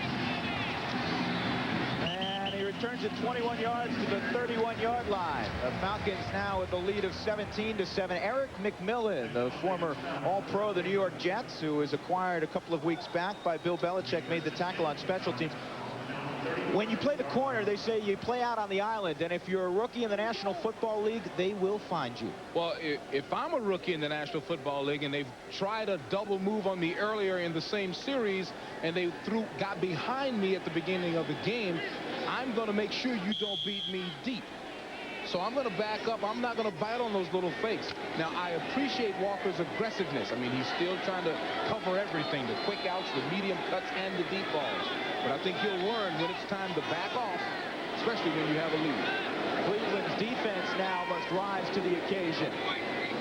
The offense finally produces some points. Hebert right up the gut for about 5 or 6. Now, you know, this is one of the classic guessing games. Your defensive coordinator is guessing they might pass, so they run a defense that's soft on the pass. There's Nick Saban, the defensive coordinator for the Cleveland Browns. When he thinks they're going to run, he'll put a lot of people in the box inside of the tackles to stop the run, and then you're susceptible to the pass. So it's a question of guessing and predicting based on tendencies that you've studied over their past few games. Tight end, strong side formations, the right side, 3 wideouts in. Hebert will lose a couple of yards. Cleveland reacted very well there. Clay Matthews. And also Stevan Moore, the strong safety, came up, number 27. 16 years at a Southern Cal. Now here's Stevan here. He was faking the double blitz and then came up very quickly right before the snap. That fooled Atlanta. They thought they were in a double zone, which is a defense that would stop the pass. The faking trick. So here is a fairly large 3rd down and 6, Beasley, Reece. 3 wideouts to the top, battle the gun. 1 to the near side. They need the 41-yard line. Hebert semi-roll, throwing in and out of the hands of Haynes, who is open. The ball a little bit behind him. Let me tell you something. Michael Haynes had a little pocket there, about 15 yards wide, a circumference around him of about 15 yards for him to work in. He catches this, automatic first down. It's a zone. So you see the cornerback push him inside and let him go. There's nobody around him. Too bad. Haynes read it well. Hebert read it well. The ball just slightly behind Michael. Eric Metcalf drops back to his 20. Great opportunity for field position here for Cleveland. Big opportunity. They set up a return. This is not Alexander's best effort. Metcalf trying to squeeze through a small opening. He'll get it to the 30-yard line. Better field position than Cleveland has had in a while. A chance to get back in it. Down 10. And here's Darnell Walker right here. He bites on a pump fake. And, you know, if I'm the Atlanta Falcons, I'm not in this defense if I'm leading. And I've got a rookie, 7th-round draft pick who told us he runs a 4.6 40. Deion Sanders runs a 4.6 backwards. He bites on the play. I would put him in a safe zone. Philcox and the Browns, big opportunity. Ooh, Kitchen, catch and loses the ball. No, now they wave it off and say it's incomplete. Big hit. as Brian Kitchen hauled in the football. Classic Atlanta Falcon play. I mean, Kitchen's having a big day. He's really contributing to this football team. But when you talk Atlanta, they will come and hit you. They come flying at the football, Drew. And you know who made the hit? The guy who just got victimized, 45, Darnell Walker. Way to go, Darnell. Darnell is a little bitty guy, too, making that hit. 5'8", 164 pounds, hitting a tight end, making him fumble. And he might be fudging with that weight. Metcalf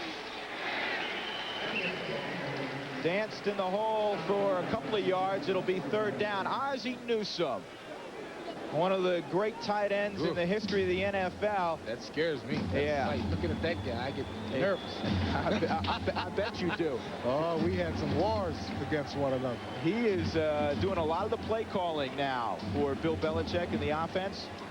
And this is a huge call. 12:35, clock moving.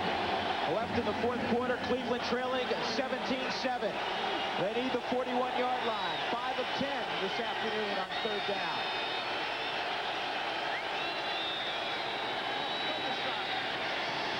Ball knocked away. 32, Tracy, the nickelback, arrived at the same time as the football. Good play.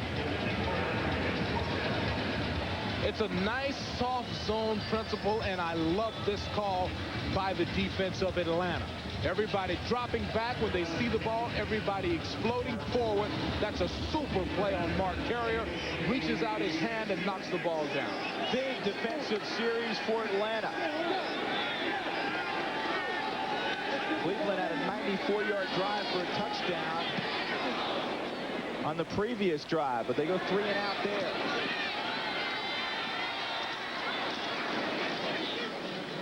Smith with a little bit of room and then is dropped. 17-7, Atlanta at home, leading by 10.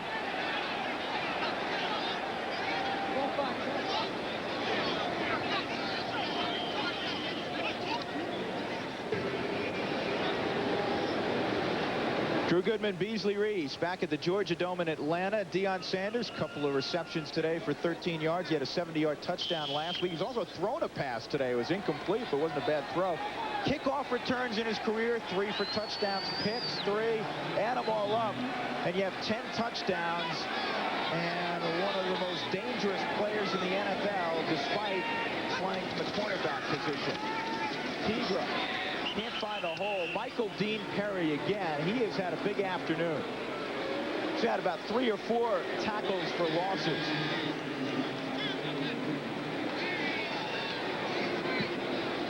The clock, an ally of the Atlanta Falcons. 11:45 left in the fourth quarter. You see Cincinnati still hanging on to a precarious lead over the Raiders at home.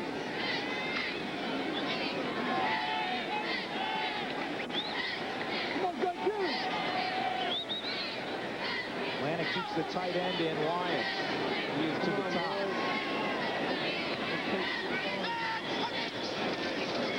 Hebert, 3-step drop. And wide of Michael Haynes. Selwyn Jones had Michael Haynes in his pocket that time, right on the high shoulder, the top side shoulder. He's actually done, I'm sorry, Pete, as you say, he's actually done a pretty good job. Very good job against a great receiver. Look at the contact there to slow him down. You know, he's allowed to touch it within the first 5 yards.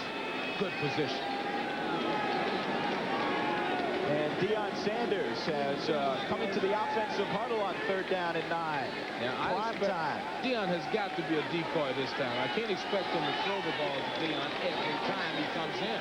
At some point, they're going to double him. He's in the slot to the near side. Hebert in trouble. Gets it to Pritchard.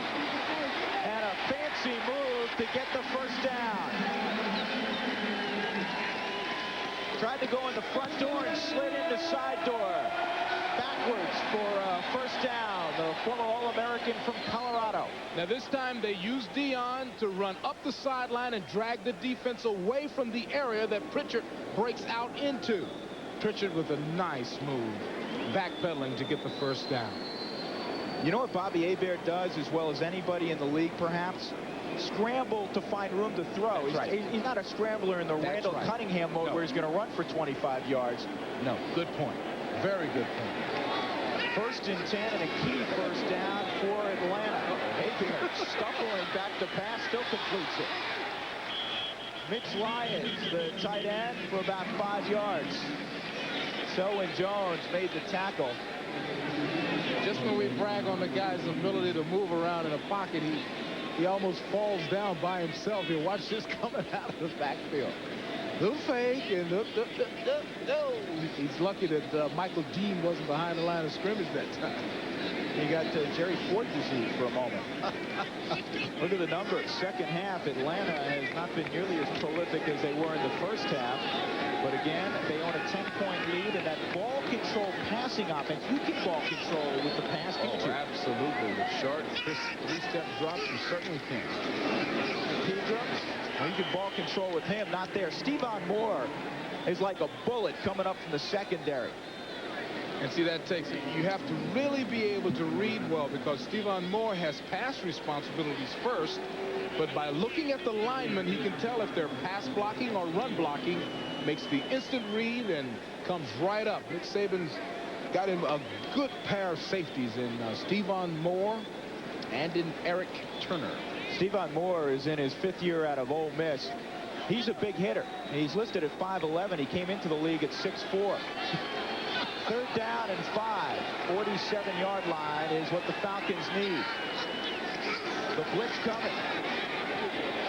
It was read by Hebert, and his hot receiver was Drew Hill, but it was behind Drew, and he couldn't find the football. So Atlanta will punt it back with 8:53 left in the ball game. You know, Jerry Glanville told us yesterday that Drew Hill is always the hot receiver, because the quarterbacks know he is going to make the right decision. That time they simply couldn't connect on this thing. But when they talk about the hot receiver, when you recognize the blitz, you got to figure that Hebert is going to try to go to Drew Hill. Eric Metcalf leading the NFL in punt returns. More than 15 every time he touches it. They'll call it fair catch there, and there comes the flag also. He was belted by Albert Shelley, the special teams whiz of the Falcons. Shelley is going to complain that he did not see the fair catch signal. And Jerry Glanville is putting his hand forward as if he felt like his guy was either pushed, somehow coerced into running into the returner. There is no infraction on the play. The player was blocked into the receiver. First down. So Jerry Glanville is correct. Albert was pushed into the guy. Exonerated. So Cleveland will have it with 86 yards in front of them, trailing by 10.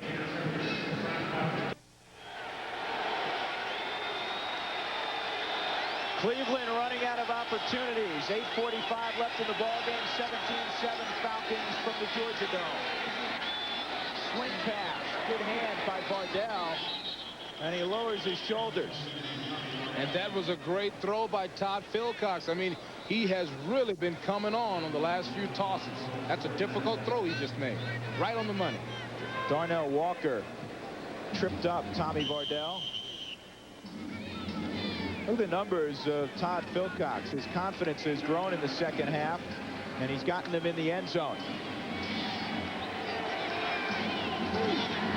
Only his 4th career start. He waited 5 years at Syracuse to take over the starting job. Very patient. Bardell loses the ball again. Falcons have it. Roger Harper. And then he tries to hand off. And you know what? Cleveland got it back. Oh, man, that is foolish. That's the Atlanta Falcons for you. I'm telling you, they do stuff like this all the time. But that's the way their coach is. Their coach lives that way. He coaches them to be that way. What a great opportunity for Belichick and his guys to get away with that one. Remember that play if Cleveland gets back in the ball game. Michael Jackson recovered it. Now, who would figure that Bardell would fumble twice for the first time in his pro career? The rookie Roger Harper picks it up, then tries to hand it off to a teammate. A bigger teammate, Ron George, the linebacker. If you're going to pitch it, give it to Dion. But that is foolish. Not a good play by the rookie there. Cleveland with a new life, incomplete on first down. It'll be 2nd and 10. You know, we jinxed Tommy Vardell. In the meeting last night, we brought it up. We said, Tommy, when was the last time you fumbled? He said, my junior year in high school or something. Drew, I think it was you. You brought it up, and our producer, John McGinnis, brought it up. I thought McGinnis brought it up first. Why are you putting we? Why are you saying we? Well, I was trying to cover for John, but now that you mention it, my memory, if it serves me correctly, it was John McGinnis. Well, I didn't bring it up. Black Roses, Vardell family, if you're listening to John McGinnis. 35-yard line, 7-yard pickup for Vardell. And it'll be 3rd down and 3. Lester Archambault made the tackle. Another one of those Stanford grads. Got a lot of smart guys on that defense.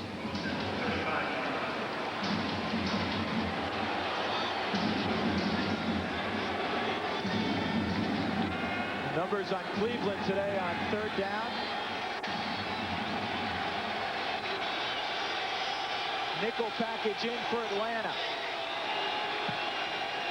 Movement, and Philcox might have drawn him off again.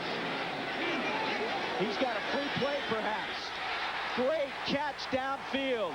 81, Michael Jackson. And it was not against Deion Sanders. Because Mark Carrier has been making all of these plays, they put Deion on Carrier, and so Jackson gets off. 56, defense is declined. First down. I mean, right before the snap, they changed positions. Deion ran to the other side.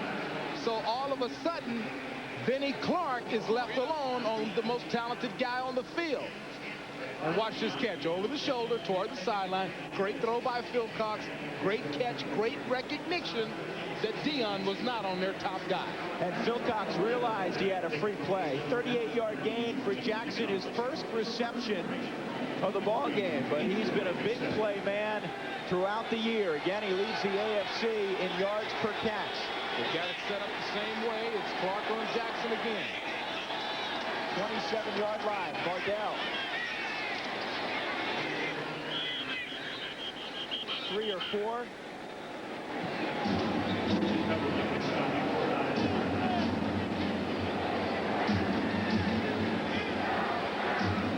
Imperative for the Browns to put it in the end zone here, trailing by 10. Now, 2 plays ago, take a look as Deion is being told to get over here. They switch positions.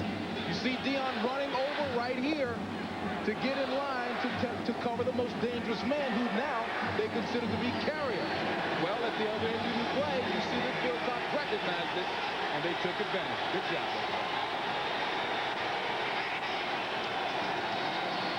Here's the boot. Philcox got a man, 11-yard line. It's his tight end, Brian Kinchin. And Philcox, you can see the way he's strutting. Oh, he's a top-strut quarterback. Oh, man. And his tight end Kitchen, the Philcox is hitting the kitchen. That's beautiful. Watch his fake, hard fake. I mean, he's playing now. Look at him. He's playing football. He can smell it. Throwing it on the run. Athletic movement by Todd Philcox. Great catch by Kitchen. Way to go, guys. Kitchen has pretty good hands for a guy that only caught 2 passes in his career. Vardell right up the middle for about 4 yards. Again, the separation in this game is 10 points, so Cleveland needs to punch it in and then get it back and at least get a field goal to tie Atlanta. Right, we'll work overtime to see a great football game, right, Drew? No doubt about it. Bill Belichick, his expression seldom changes on the sideline. He says, I'm not in a popularity contest, I'm a football coach. Look at here, look what we got here. Carrier crosses in motion. Vardell, big opening. He's going to be shy of a first down. Tommy is such a nice guy, and it is so surprising to see him make major mistakes today. Normally, this guy is near perfect. Picks up the blitzes very well. That's why they love him at fullback. Very intelligent. Do you know what? The clock is winding inside 3:50, and Cleveland, 2 straight running plays. I'm a bit surprised, Beasley, because they have to get the football back quickly. I would have thought they would have thrown on 2nd down. They can get a first inside the 2. Quarterback draw. Philcox, touchdown, Cleveland.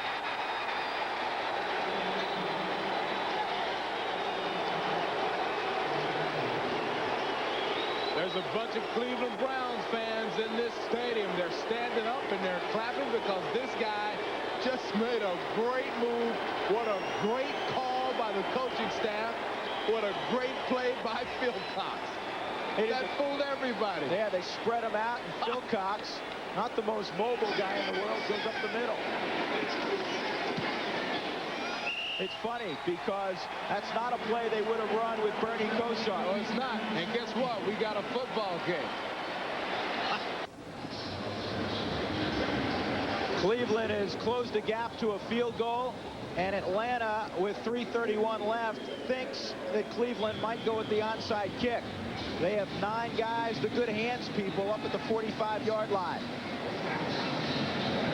The lone guy deep is Eric Pegram. And Stover kicks it very high, and Pegram will take it at the 11. To the 14. Louis Riddick down on special teams for Cleveland. Going back to the last touchdown, take a look at your offensive guard, 72, Bob Dahl. He sets up the pass block and then comes into the end zone. That lets you know that it was a called play, and a great called play it was. Look at him set up and then run into the end zone. If it was a pass, that would be an ineligible man downfield. Great call, great play, work to perfection. Ozzie Newsome knows one thing, that Atlanta's never seen that on film. And look at that. There are some Bill Belichick fans. And, you know, we must point out last week, despite all of the controversy in Cleveland and the fact that some fans gathered after the ballgame outside the Brown locker room, there were 70,000 people there. So they are big football fans. And they are Browns fans, even if they're mad at Belichick. That's right. Short game. And the clock keeps moving. Timeout situation, both teams with a full complement. 3:09, 3:08. Belichick needs to get the football back. And he needs a touchdown for a win or a field goal for a tie. And Bobby Hebert, who was terrific in the first half with a 17-0 lead, has been solid in the second half, but they sat on the football. Now it's time to move it. They need a couple of first downs.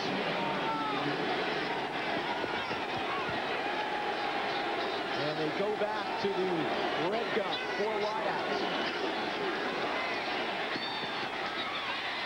20-yard line, but well short of a first down. It's Michael Haynes with the underneath route. Well, here comes a great big football play for the Atlanta Falcons and for the Cleveland Browns. It looks like Cleveland is going to try to take some time out. And you know what they'll do here? They'll study the tendencies. They'll look back.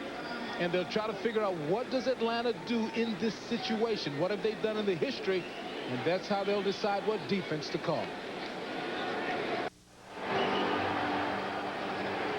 We're indoors at the Georgia Dome. Atlanta led at one time 17-0. Cleveland has put 2 drives together for Bill Belichick, a 94-yarder and an 86-yarder here in the second half. And we have the biggest play of the game. 2:23 left, 3rd down and 4 for Atlanta. They have to cross the 24-yard line. They're in a cover 2. Normally, they would run against the cover 2. Now they come out of it. Time, Cats rising, first down. In front of Eric Turner, big catch for Rising.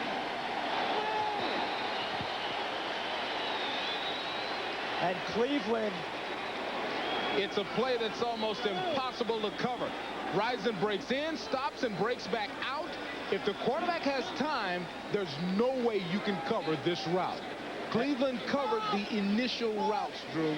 It's that break back out that nobody can cover unless if the quarterback's got that kind of time. And last week against Dallas, the offensive player of the game wasn't Bobby Hebert, it was the offensive line. They all got footballs from Jerry Glanville afterward, and they've done a tremendous job again today.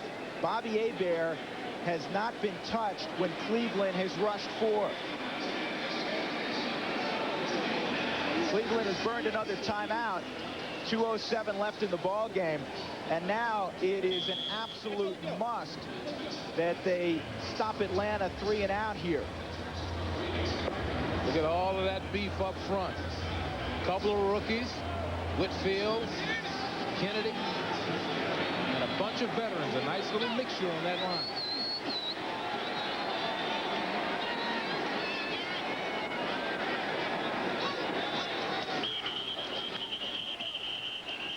And flags blow this one dead. False start, number 78, offense, prior to the snap. That's Mike Kent. I wanted to get in one quick thought about Mike Kent and Clay Matthews again.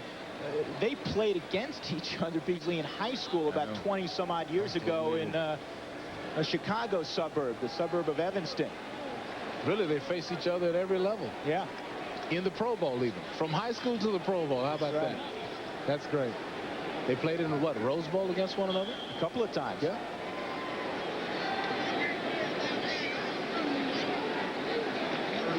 Ken said they played in a mud bowl their senior year in high school. Both teams undefeated, and Clay Matthews' team won 3-0.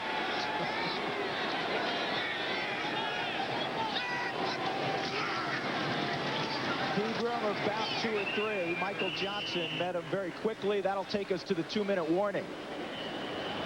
17-14, Atlanta holding on.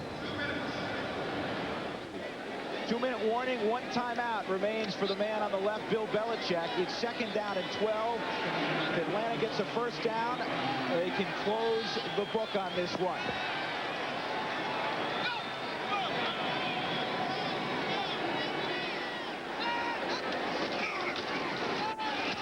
Pegram's short game, and Atlanta elects to call the quick timeout. No, they signal timeout for a moment, and they're going to let it run.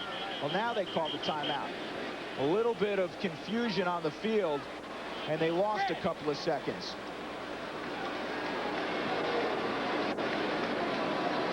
.152 left. We'll come back to the Georgia Dome in a moment. 17-14, Atlanta by 3. Next Sunday, NBC Sports presents another exciting NFL doubleheader beginning at 12:30 Eastern with NFL Live. Then most of you will see the Patriots and the Steelers, some the Raiders and the Bills, or the Colts and the Jets. Game 2 of our doubleheader, the Broncos and the Chargers from Jack Murphy Stadium in San Diego. Check your local listings for the games in your area. 152 left. It's as simple as this. If Cleveland's to have a shot, they must stop Atlanta on 3rd and 9 here. Watch for pick plays, misdirections by the wide receivers. Pegram short of the first down. Selwyn Jones, the man Bill Belichick said is a good cover guy, but he needs to force a little better, needs to tackle a little better. Made a good stop in the open field on Eric Pegram, and Cleveland is still alive. Well, the most dangerous man, everybody that I've done 2 or 3 Cleveland games this year, and every defensive coach I've spoken to said first, well, we have to control Eric Metcalf. Well, Metcalf can kill you by himself. Ask the people in Pittsburgh. This guy's got an opportunity for a big return here. Again, the NFL leader, better than 15 yards a return. The Steelers know all about him, a 91 and 75-yard return. And this one's returnable. 21-yard line. Look at Metcalf to the 34. A 13-yard return, but Even 13 yards is exciting if you're in his shoes. Oh, man, that was an opportunity. That was set up very, very well. He got the most out of it. Here we go. I'd like to try to tackle this little guy. Sets it up. You start one direction, try to suck him in. Steps up into the hole nicely. Hebert makes a good tackle. Tim Jacobs, the newly acquired cornerback, was down there. He thought he was going to hit him in the thighs, and he looked up. He said, "Where'd he go?" Houdini lives. Matt Stover, if you're wondering about Cleveland's ability to tie up the ball game with 53 seconds left, not a great long-distance kicker. It's a prevent defense they're in right now. Philcox under pressure, fumbles and gets it back. 90, Chuck Smith. The second-round pick last year out of Tennessee, right around the corner past Gene Williams. That's 3 people rushing. That can't happen. The offensive line of Cleveland has got to be able to stop 3 people.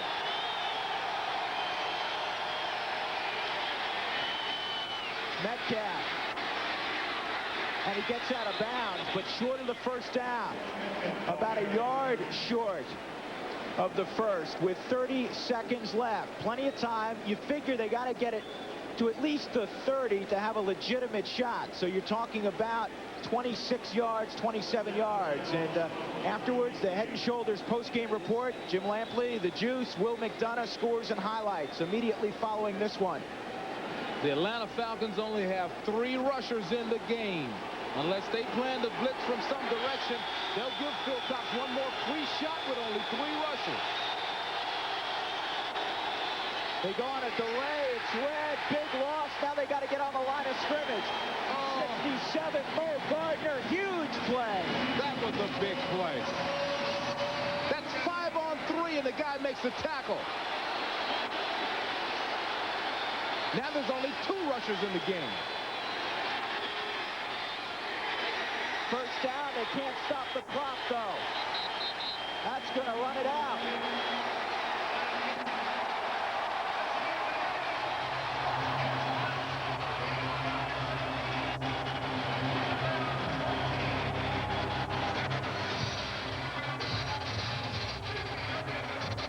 So the Atlanta ride continues. 17-14. They've won 5 of 6.